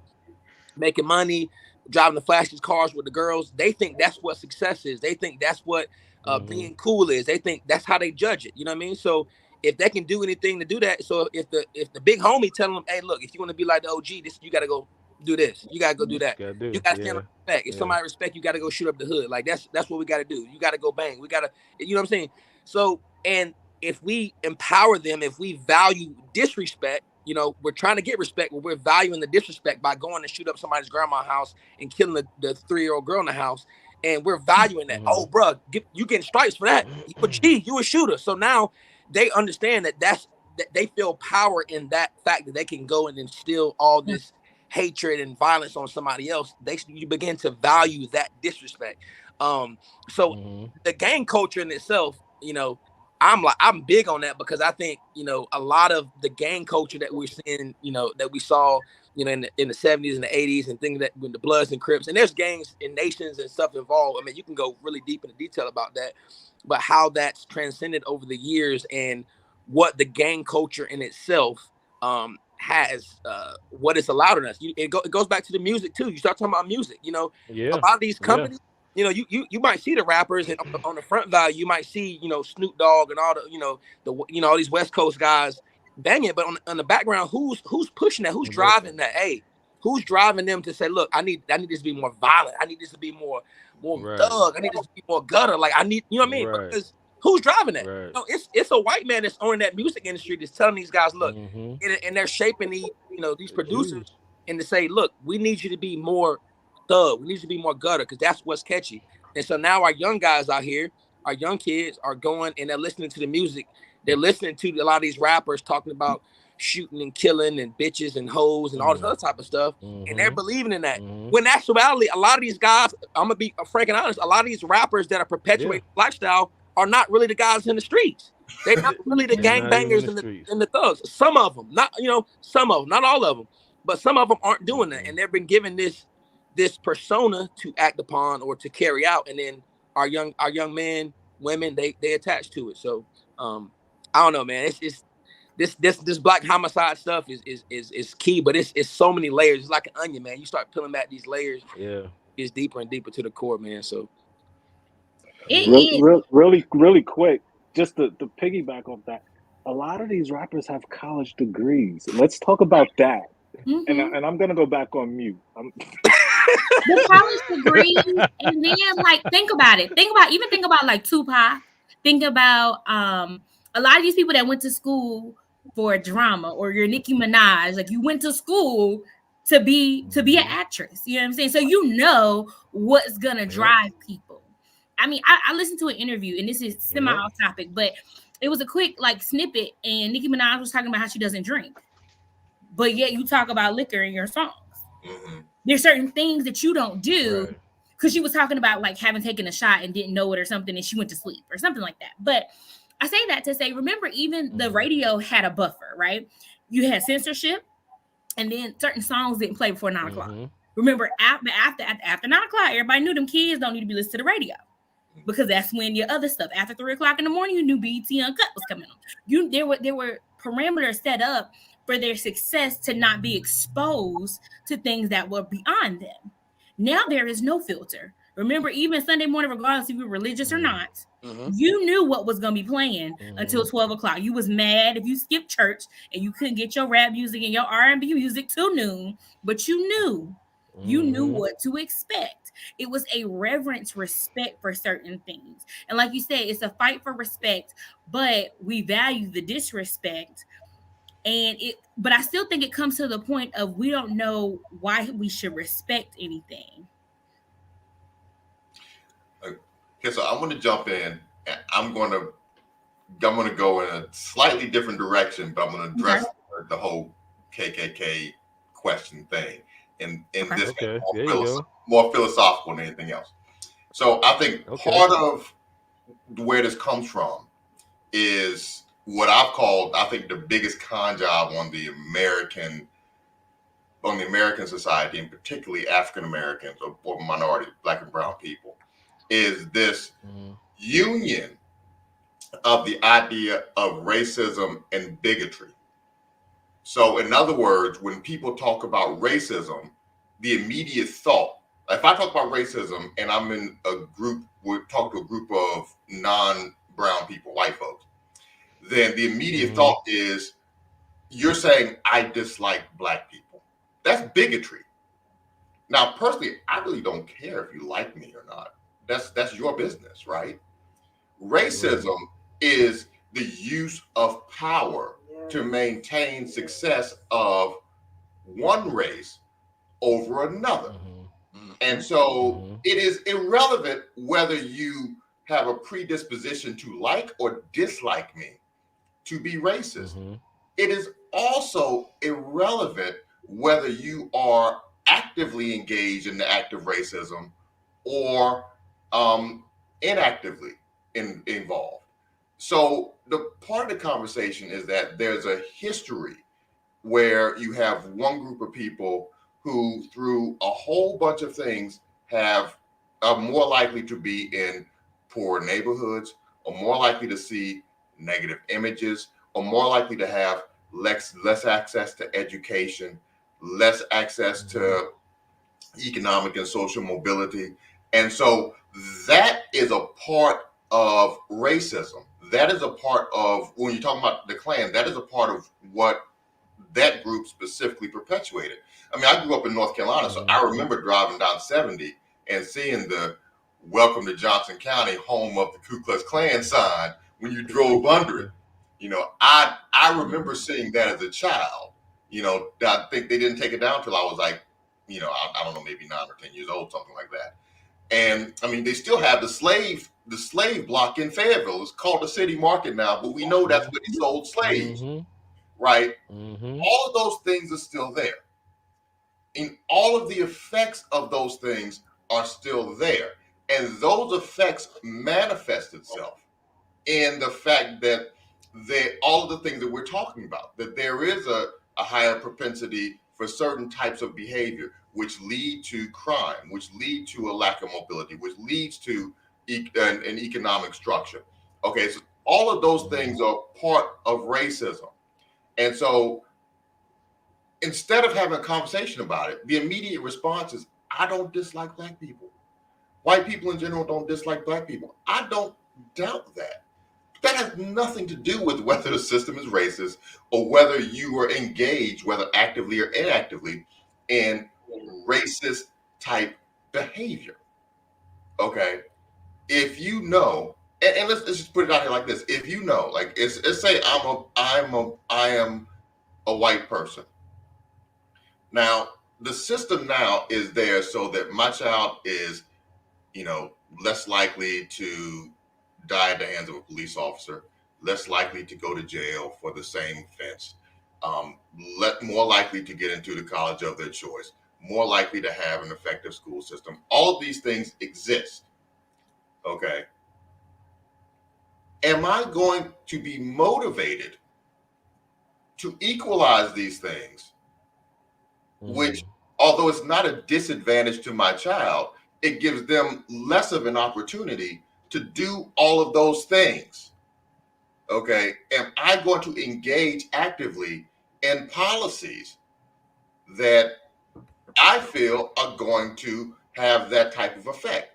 Now, it's not putting their child at a disadvantage, but it's evening the playing field. But what that does is make it less likely that their child is going to have the advantages that they would have had. Now, put yourself in that situation. You would be no different to changing, you know, society if you were in the point of advantage. So we have to have the conversation of, how do we do this? How do we convince people that it is in everybody's best interest to have a society where nobody is at an advantage or a disadvantage? But we're not doing that. We're not having the open conversation. Instead, we've merged it together so that instead of talking about racism, we're really talking about prejudice or bigotry. And what's the purpose of that? So we can just sit there and argue with each other. Oh, it's your fault, white guy. Oh, I didn't do anything. Those are my ancestors. You're holding me to the behavior of my ancestors. That's not even the conversation that we should be having. That's the ridiculous conversation. The conversation we should be having is, these are the things that are in existence now. There's a historical precedent that's created these things. And how do we solve them? You know, why is it that I turn on one radio station and I hear, you know, perfectly meaningless music? Nothing wrong with meaningless music. I love music that has meaning, that doesn't have meaning. But really? I turn on K97.5, and, you know, I got to hear 3 times an hour about somebody's going to make his head make his what make his was it you know what it is. It's all right. We get it. We get Was it great, whatever his mama sang, whatever. Talk about shooting somebody in the head and their mama singing at a funeral. You know what I'm talking it. about, right? Right. Oh, I Yeah, had yeah, we got you. my head and it left me. But you know what I mean. So why we gotta listen to that? Why we gotta listen to that all the time? Okay, I mean, it literally, the song comes on 3 times an hour if you listen to the radio. You know, that's what we're seeing. Why do we, you know, why do I turn on TV and I can see Baby Boy 3 times a week, every week for the rest of my life if I want to? It's just on television. Now, you know, I grew up around black people. I've been around black people all my life. You know, I know a whole lot of different types of black folks, but I don't see them represented. You know, and I don't have, you know, I don't have a problem. It's kind of like I don't have a problem with, say, you know, the Tyler Perry's making the Medea movies of the world. It's funny. I don't have a problem with that. What I have a problem with is that you don't see us making the other types of movies. There's only a specific category of movies that are released for black people. There's like a specific type of rap music, a specific type of R&B music. You know, these are the things that sell. You can't tell me that the other stuff wouldn't sell for us, that people wouldn't go and see them, that people wouldn't, you know, treat them the same as you treat for everything else. Why is it? Yeah. You know, it's not as simple as there's some big guy who's up top deciding that. It is that there has been a history that's developed, and now this is the way we look at things. This is the way it should be. How do you change that dynamic? That's the question. How do you change it? And how do you address it so that we can actually move forward and create the things that we're all talking about today? Yeah, I definitely think that I'm sorry, let me cut you off. But let me say this. I definitely think that the way that everything is structured in our society, education isn't cool, right? Hip hop, we know hip hop is the number one thriving, uh I guess, speaking of culturally, hip hop is the number one thriving culture in the world right now, right? So the black community, we're known to be just this cool, super dope community of black folks, but the problem is that we're all inclusive. That's one issue. We're all inclusive, and the second issue that I find with our culture is that we're so tied up in the entertainment portion of it, we're not focused on the education side of things, you know. And like what you were just saying, Chesley, I just feel like if we were more focused on education, I mean, of course, like I'm always about trying to see how can we be in better positions, right? What do we find opportunities from? You know, we look at, I talked about this, I don't know, maybe one of the interviews. If we look on YouTube and we look at Black History Today, there's been a long running theme of, oh, well, everything about our Black history has been whitewashed, right? It's not us telling our history. We see that throughout history.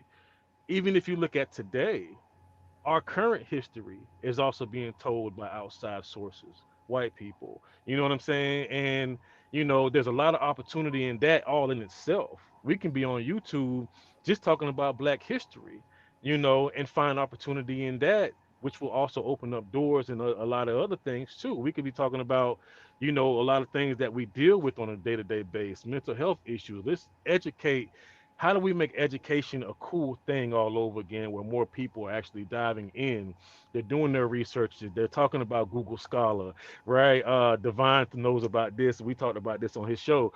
Like, how do we inform people about looking at Google Scholar and looking at these excerpts and these professors, the writings from professors, and you know what I mean? Like, all of that stuff is important too. So we don't just ignore entertainment for the sake, we don't ignore education for the sake of entertainment.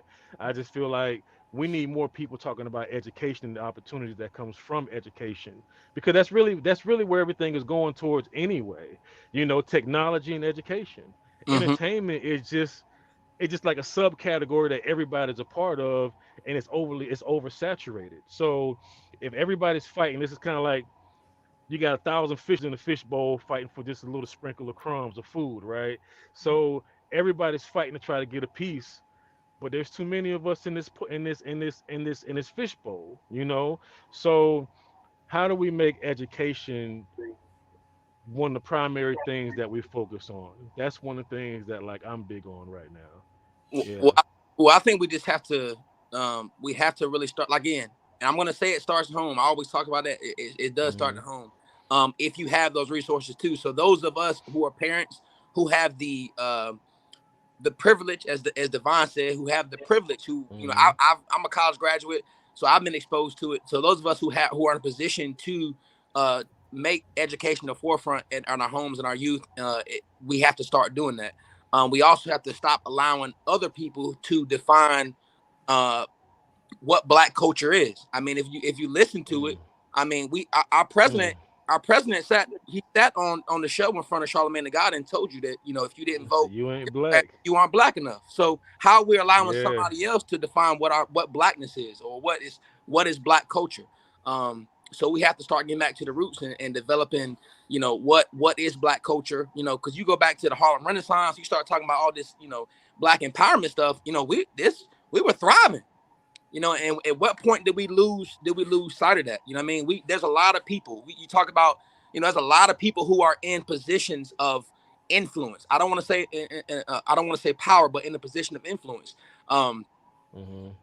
Before, you know, we got Black attorneys, we got, you know, Black scholars, we got, you know, Black candidates for Wake County sheriffs. We have, you know, there's so many people that are in positions. There's Black judges, there's Black DAs, there's Black doctors, there's Black sheriffs, police chiefs. I mean, there's people in positions to set that standard. But do they have a voice? Why aren't they being shown? Why aren't they being the headlines? You know what I mean? Why aren't they being put in a position to lead? Why is it being put in somebody else's hands to define that Black culture? And we have people who are already in leadership positions who can define Black culture simply by the position in which they hold. So, yeah. So, everybody good? Go ahead, Free. I got a question. So with that, I mean, I'm pro pushing education. I am. I know that sometimes people try to be like, hey, you don't necessarily need education, or you can always pick up a trade or things of that nature. Now, my thought process is if you go get a degree, you always got something to fall back on. Like, for instance, I went to school for teaching. I don't want to teach. I love the babies. I love them all day. I don't want to teach them. It's too much politics. It's too much for me, not doing it. But I know that if anything, I always have a degree to fall back on. Did I freeze? Sorry. I know that I always have a degree to fall back on. But then that also leads to debt. And so now our kids are looking, okay, if I go to school, if I don't qualify for a Pell Grant, if I don't qualify for certain scholarships, now I'm coming out of school with 60, 70, God forbid I went to a elite or even more prestigious university, and now I'm going to come out of it $150K in debt. Now bachelor's doesn't mean anything, so I need a master's degree. Now I'm going to be in $250K in debt to make a job that only gives me $40K. Well, so I promise you I'm going to be brief here. This comes from me being an educational advocate. First thing we got to do is redefine what education means. And challenge what our primary and secondary education does. Because the fact of the matter is that we've come to this kind of idea that education only means post-secondary education, only means getting a college degree. Now, I got a college degree. I got a Juris Doctorate.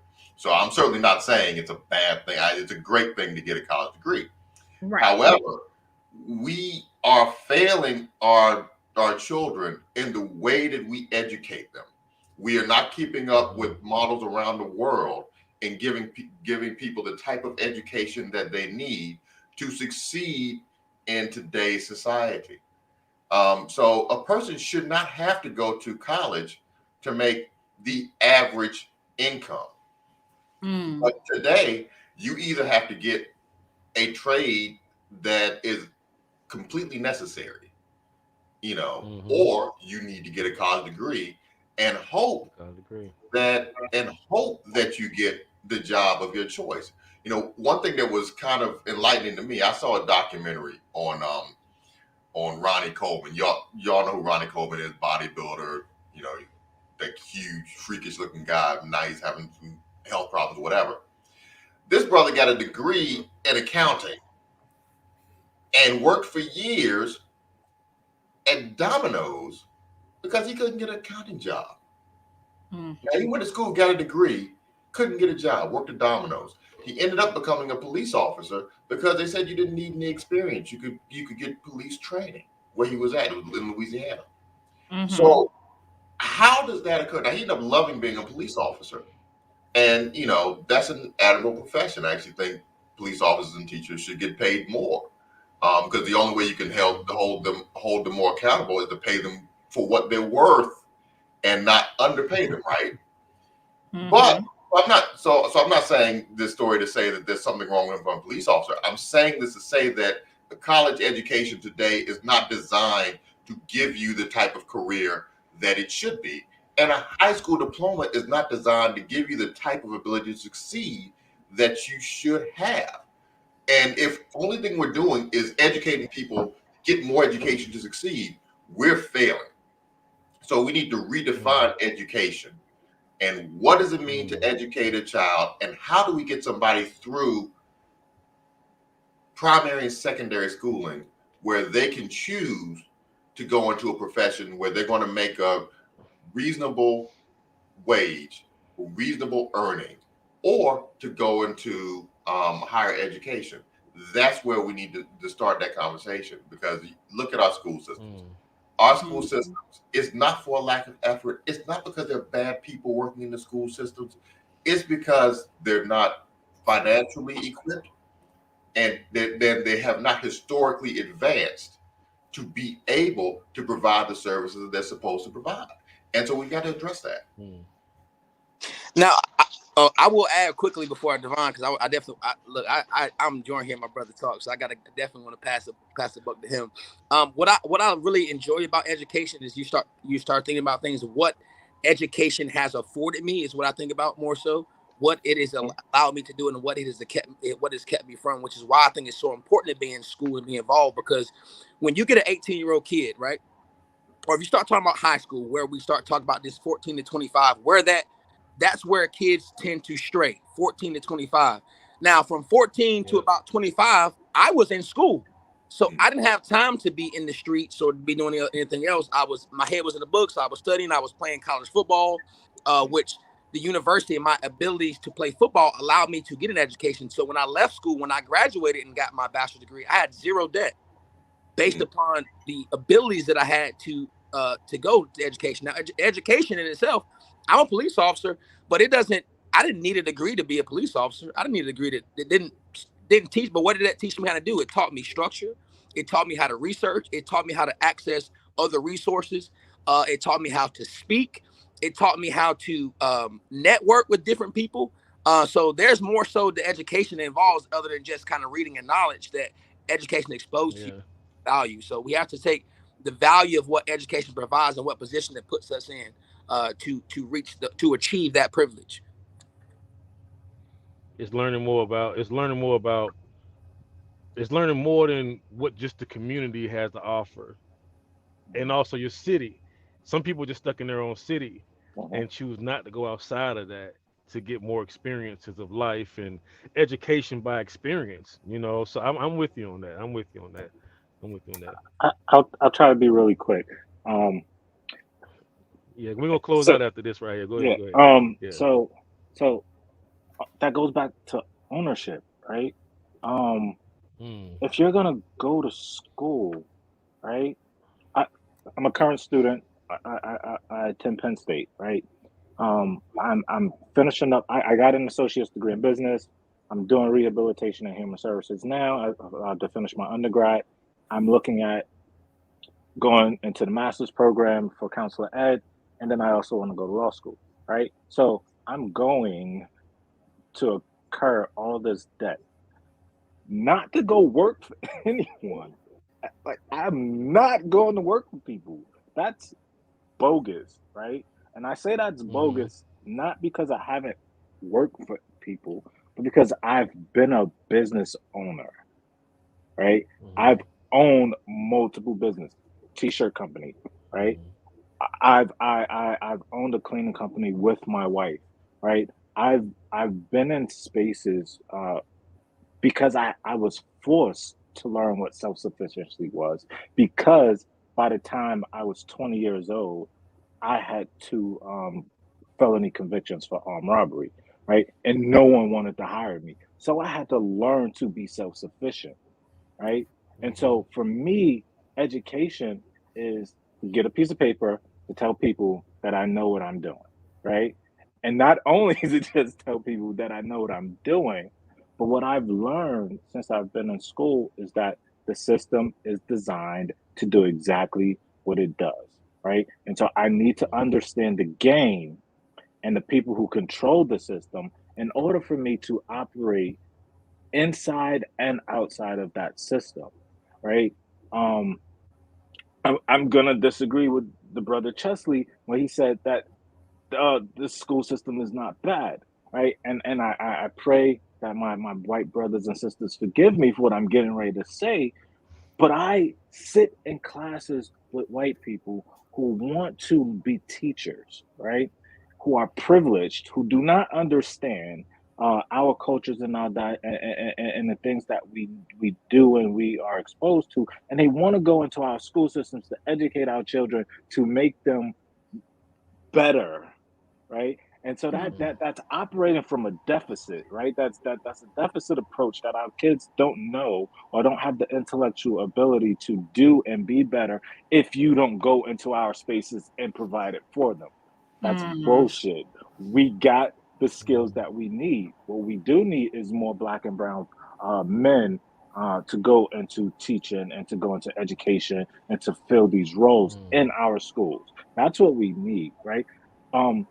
And we need more resources for teachers, and we need more resources. And we're going to get there late when we do part 2. But when we talk about defund the police, that's what it means. It means reallocating resources, taking away from that massive police budget and shifting some of that to education. Look at the correctional budget, right? That is the second largest budget next to military, right? We don't give that to education. We give that to police. We could even, if we want to talk about defund the military. Why do they have an endless budget, right? Put some of that funding. I see you shaking your head, but there's a black hole, right? Where's that budget? Where's that money? Where's those trillions of dollars going? It's not going to our educational system. We don't own nothing in our community, so when those taxes come out, those property taxes, right? That supply my district, right, which is very well funded, right? They have a library in the middle of their high school that's bigger than the library in Brooklyn that I attended, right? But I live in a predominantly white neighborhood with wealthy folks, right? So my kids have the best education. That's not the same education you see in Philly, right? It's not. It's just not. And so why are we not teaching our kids to own? 85% of the businesses in America are small business owners. They don't have all of the wealth, but that's how we survive. Those mom and pops. So if I'm going to get this education, why am I going to work for someone? I'm not going to be a lawyer so I go work for corporate. I'm going to go be a lawyer so that I can make sure that individuals who have my same identities have access to those resources that they typically don't typically don't have access to. So all right, I'm done. Nah, you good. I'm laughing at the comment. Just a quick point of clarification for Devon. I just want to make sure that I was clear. I didn't say that the school systems were good. I said the people who work in the school system are generally good. School systems are awful. That's why I made a living suing them for a long time. Okay. Right? But I mean, people normally go into just with professions of service, mostly people who want to serve go into those professions, and so I don't want to poo-poo teachers and administrators or what have you. Yeah, I know that they're working hard and trying to do their thing, but our educational system is awful. And the black hole of money you're talking about, one of it comes from the fact that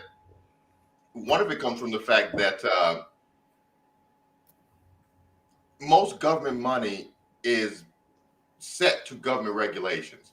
So, like for example, when one thing I'll never forget. When I worked for Guilford County, I had a secretary who needed like an orthopedic type chair or something, and we found that chair for like $150 or something, and so we were going to get it for her, and they were like, "No, you can't buy that chair from that vendor because they're not on our vendor list, but you can buy it from this vendor." And from this vendor, it was like $1,000. And so I'm like, well, why on earth are we spending $850 for the same thing? They both got it from the same manufacturer. It was the exact same chair, made at the exact same factory. And instead of spending $150 for it, they spent $1,000 for it. That's how we spend money. We waste tons of money. Instead of something that's worth, you can get in community for $50, $60 an hour. In the school system, we're spending $200 an hour for the same thing. We're saying this person isn't good enough to do it, so we'll get this person. And the only difference between them is one is approved for whatever reason, and one's not. That's how we spend money. And so, that's, part of my conservative spiel, and I'm not a conservative person, but part of my conservative spiel is that we waste money all the time on the way we spend it. Just throwing money away for ridiculous, meaningless stuff. Coming up with weird theories on how to teach children how to add. Instead of saying this is how you add 2 + 2 is 4. Now we have our child taking 6 months to learn a Venn diagram at 6 or 7. It takes me a month to figure out how to use the dab blaster thing. So I'm looking at my 6-year-old child, and this is years ago, but I'm looking at my 6-year-old child struggling with this thing. When I can just go to it and be like, can you add these two together? What's 2 + 3 is 5. Okay, we'll do it with the Venn diagram. It takes me 45 minutes. But we spend millions of dollars on these little things, because we want to come up with all these different little things to do, because we're looking for ways to spend money a lot of times because the budget has to be spent by June of every year. So I got to spend my money. So it comes to March and you're like, if I don't spend it, I'm going to lose it in next year's budget. I might need it in next year's budget. So I spend it all up to get it for next year's budget instead of us just rolling the money over to the next year so that it can be used on something useful.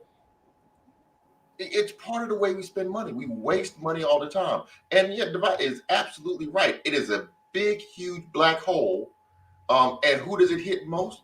It hits most of the people who don't have the money to fill in the gap by themselves.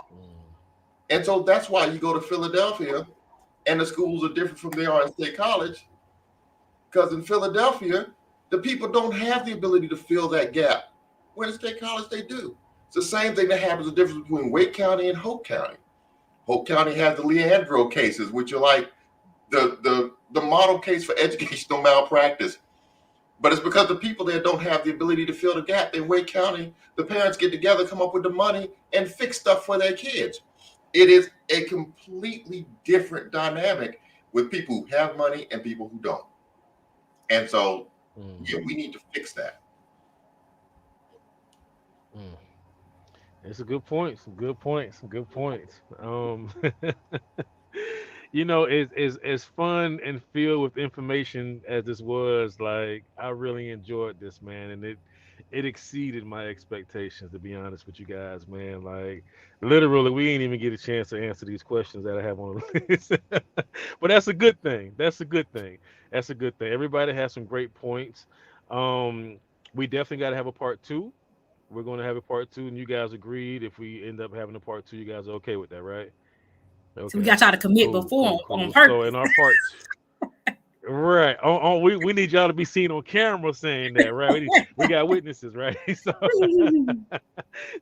but yeah. So in our part 2, we're going to be discussing police brutality in the Black communities, and we have a lot of strong points with that.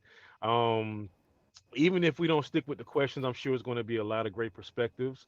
And I'm okay with that. You know what I mean? As long as the perspectives are great, like today. Today was really, really good and productive. So I want to shout out everybody in the chat who we have here free. We had Takia Weeks Howard, Team South Florida. I'm from South Florida too. That's what's up. Big shout out to Team South Florida. Yes. They've We been had active. Fitz Hughes. We had Sergio.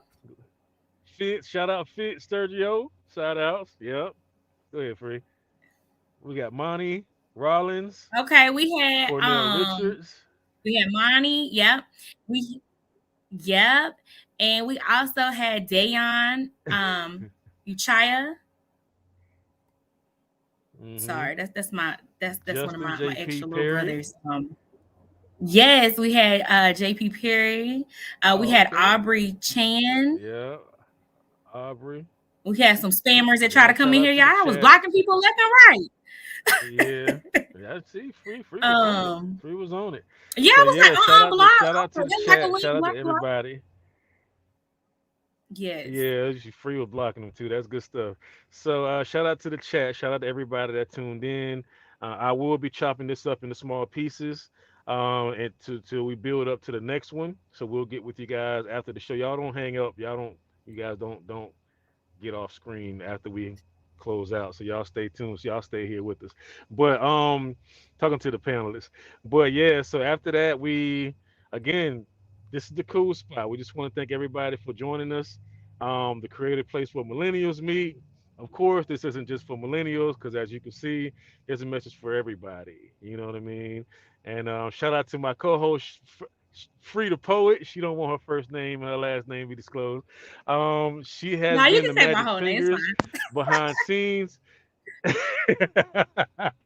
She has been the magic fingers behind the scenes. Free has been pivotal, like my right hand man, my right wing, my best friend. We talk. I love you, bro. Man, so Free. That's my excellent y'all. Back, man. I appreciate it. Yeah. So shout out to Free. Yeah. Shout out to Free. Shout out to the chat. Shout out to all of my panelists. Can you guys tell everybody where they can find you before we close out? We'll start with top row. Let's go with Chesley first. All right. So look, if you want to get with me, you can find me on Facebook. My name is Chesley Robinson. I mean, there ain't but two of us. It's either me or my son. So I'm the one that looks old.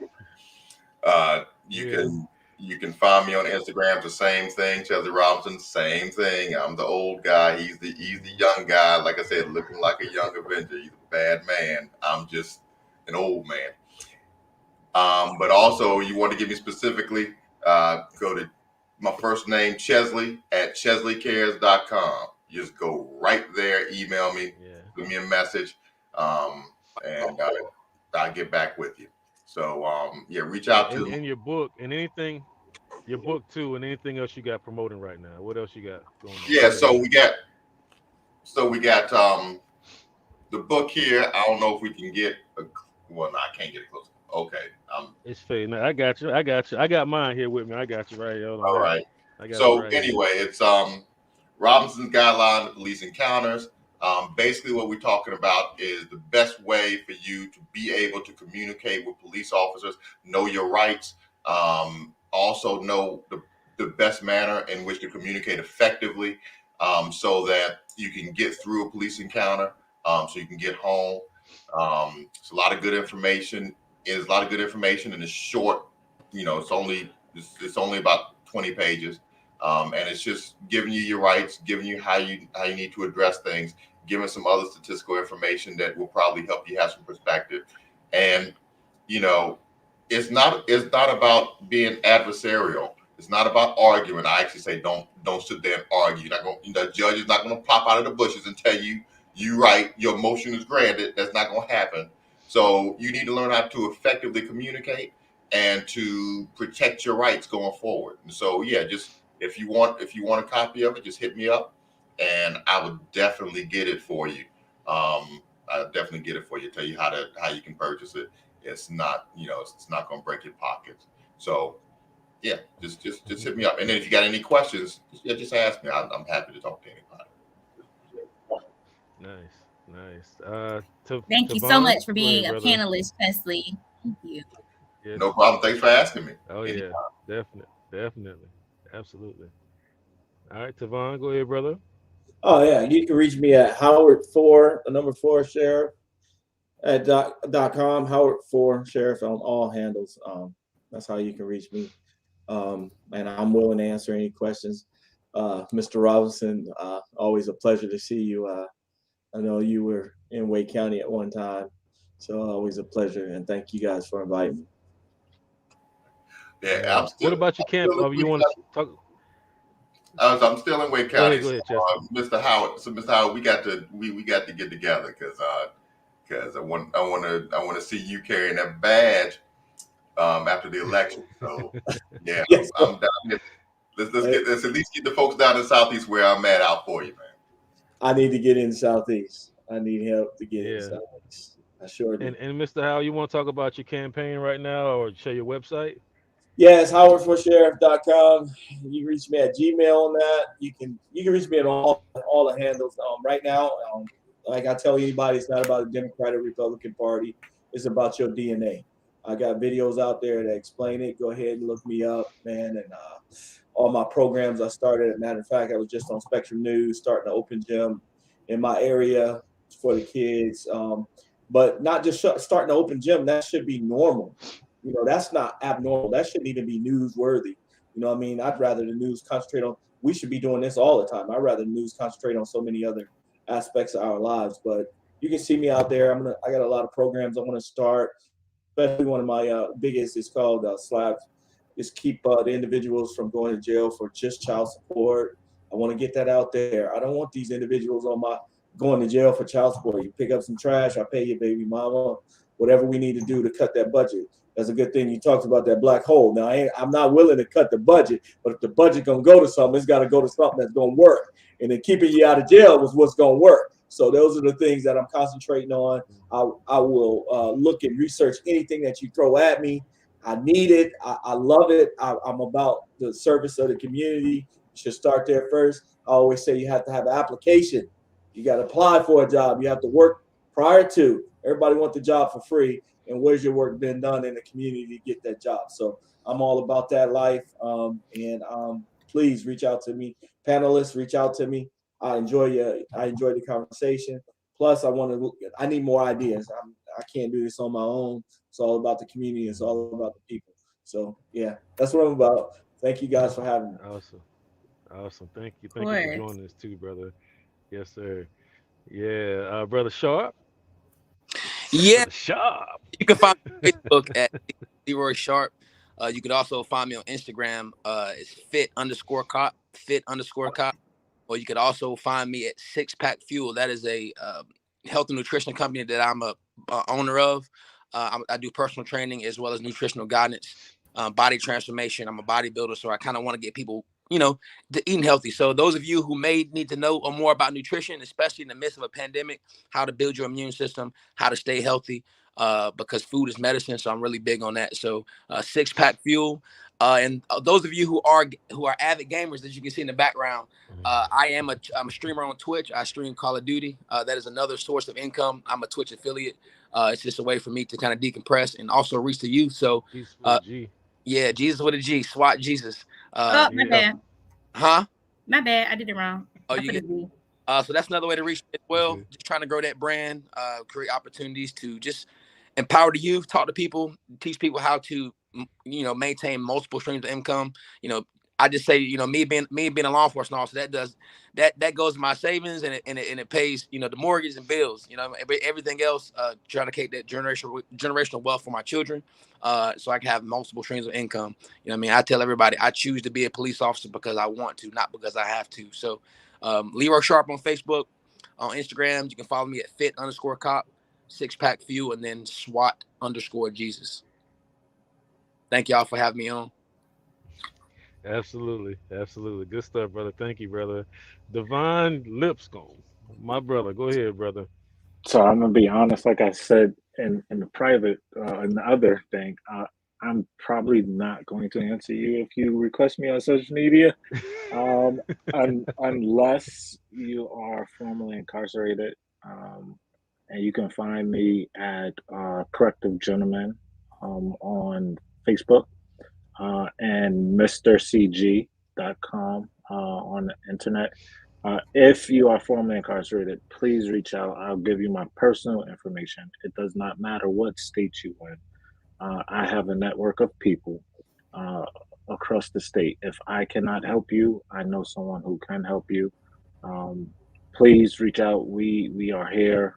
We are doing things in our communities to create access. So the general public, I have nothing against you at all. I do get a lot of requests. Yeah, I mean, and I'm also a politician and a student and a father.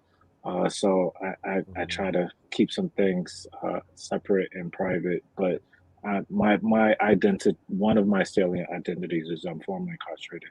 So I'm always like, that's my goal, right? To make sure that formerly incarcerated individuals, black, white, indifferent, male, female, LGBT community, if you need any resources and you identify as formerly incarcerated, please don't hesitate to reach out.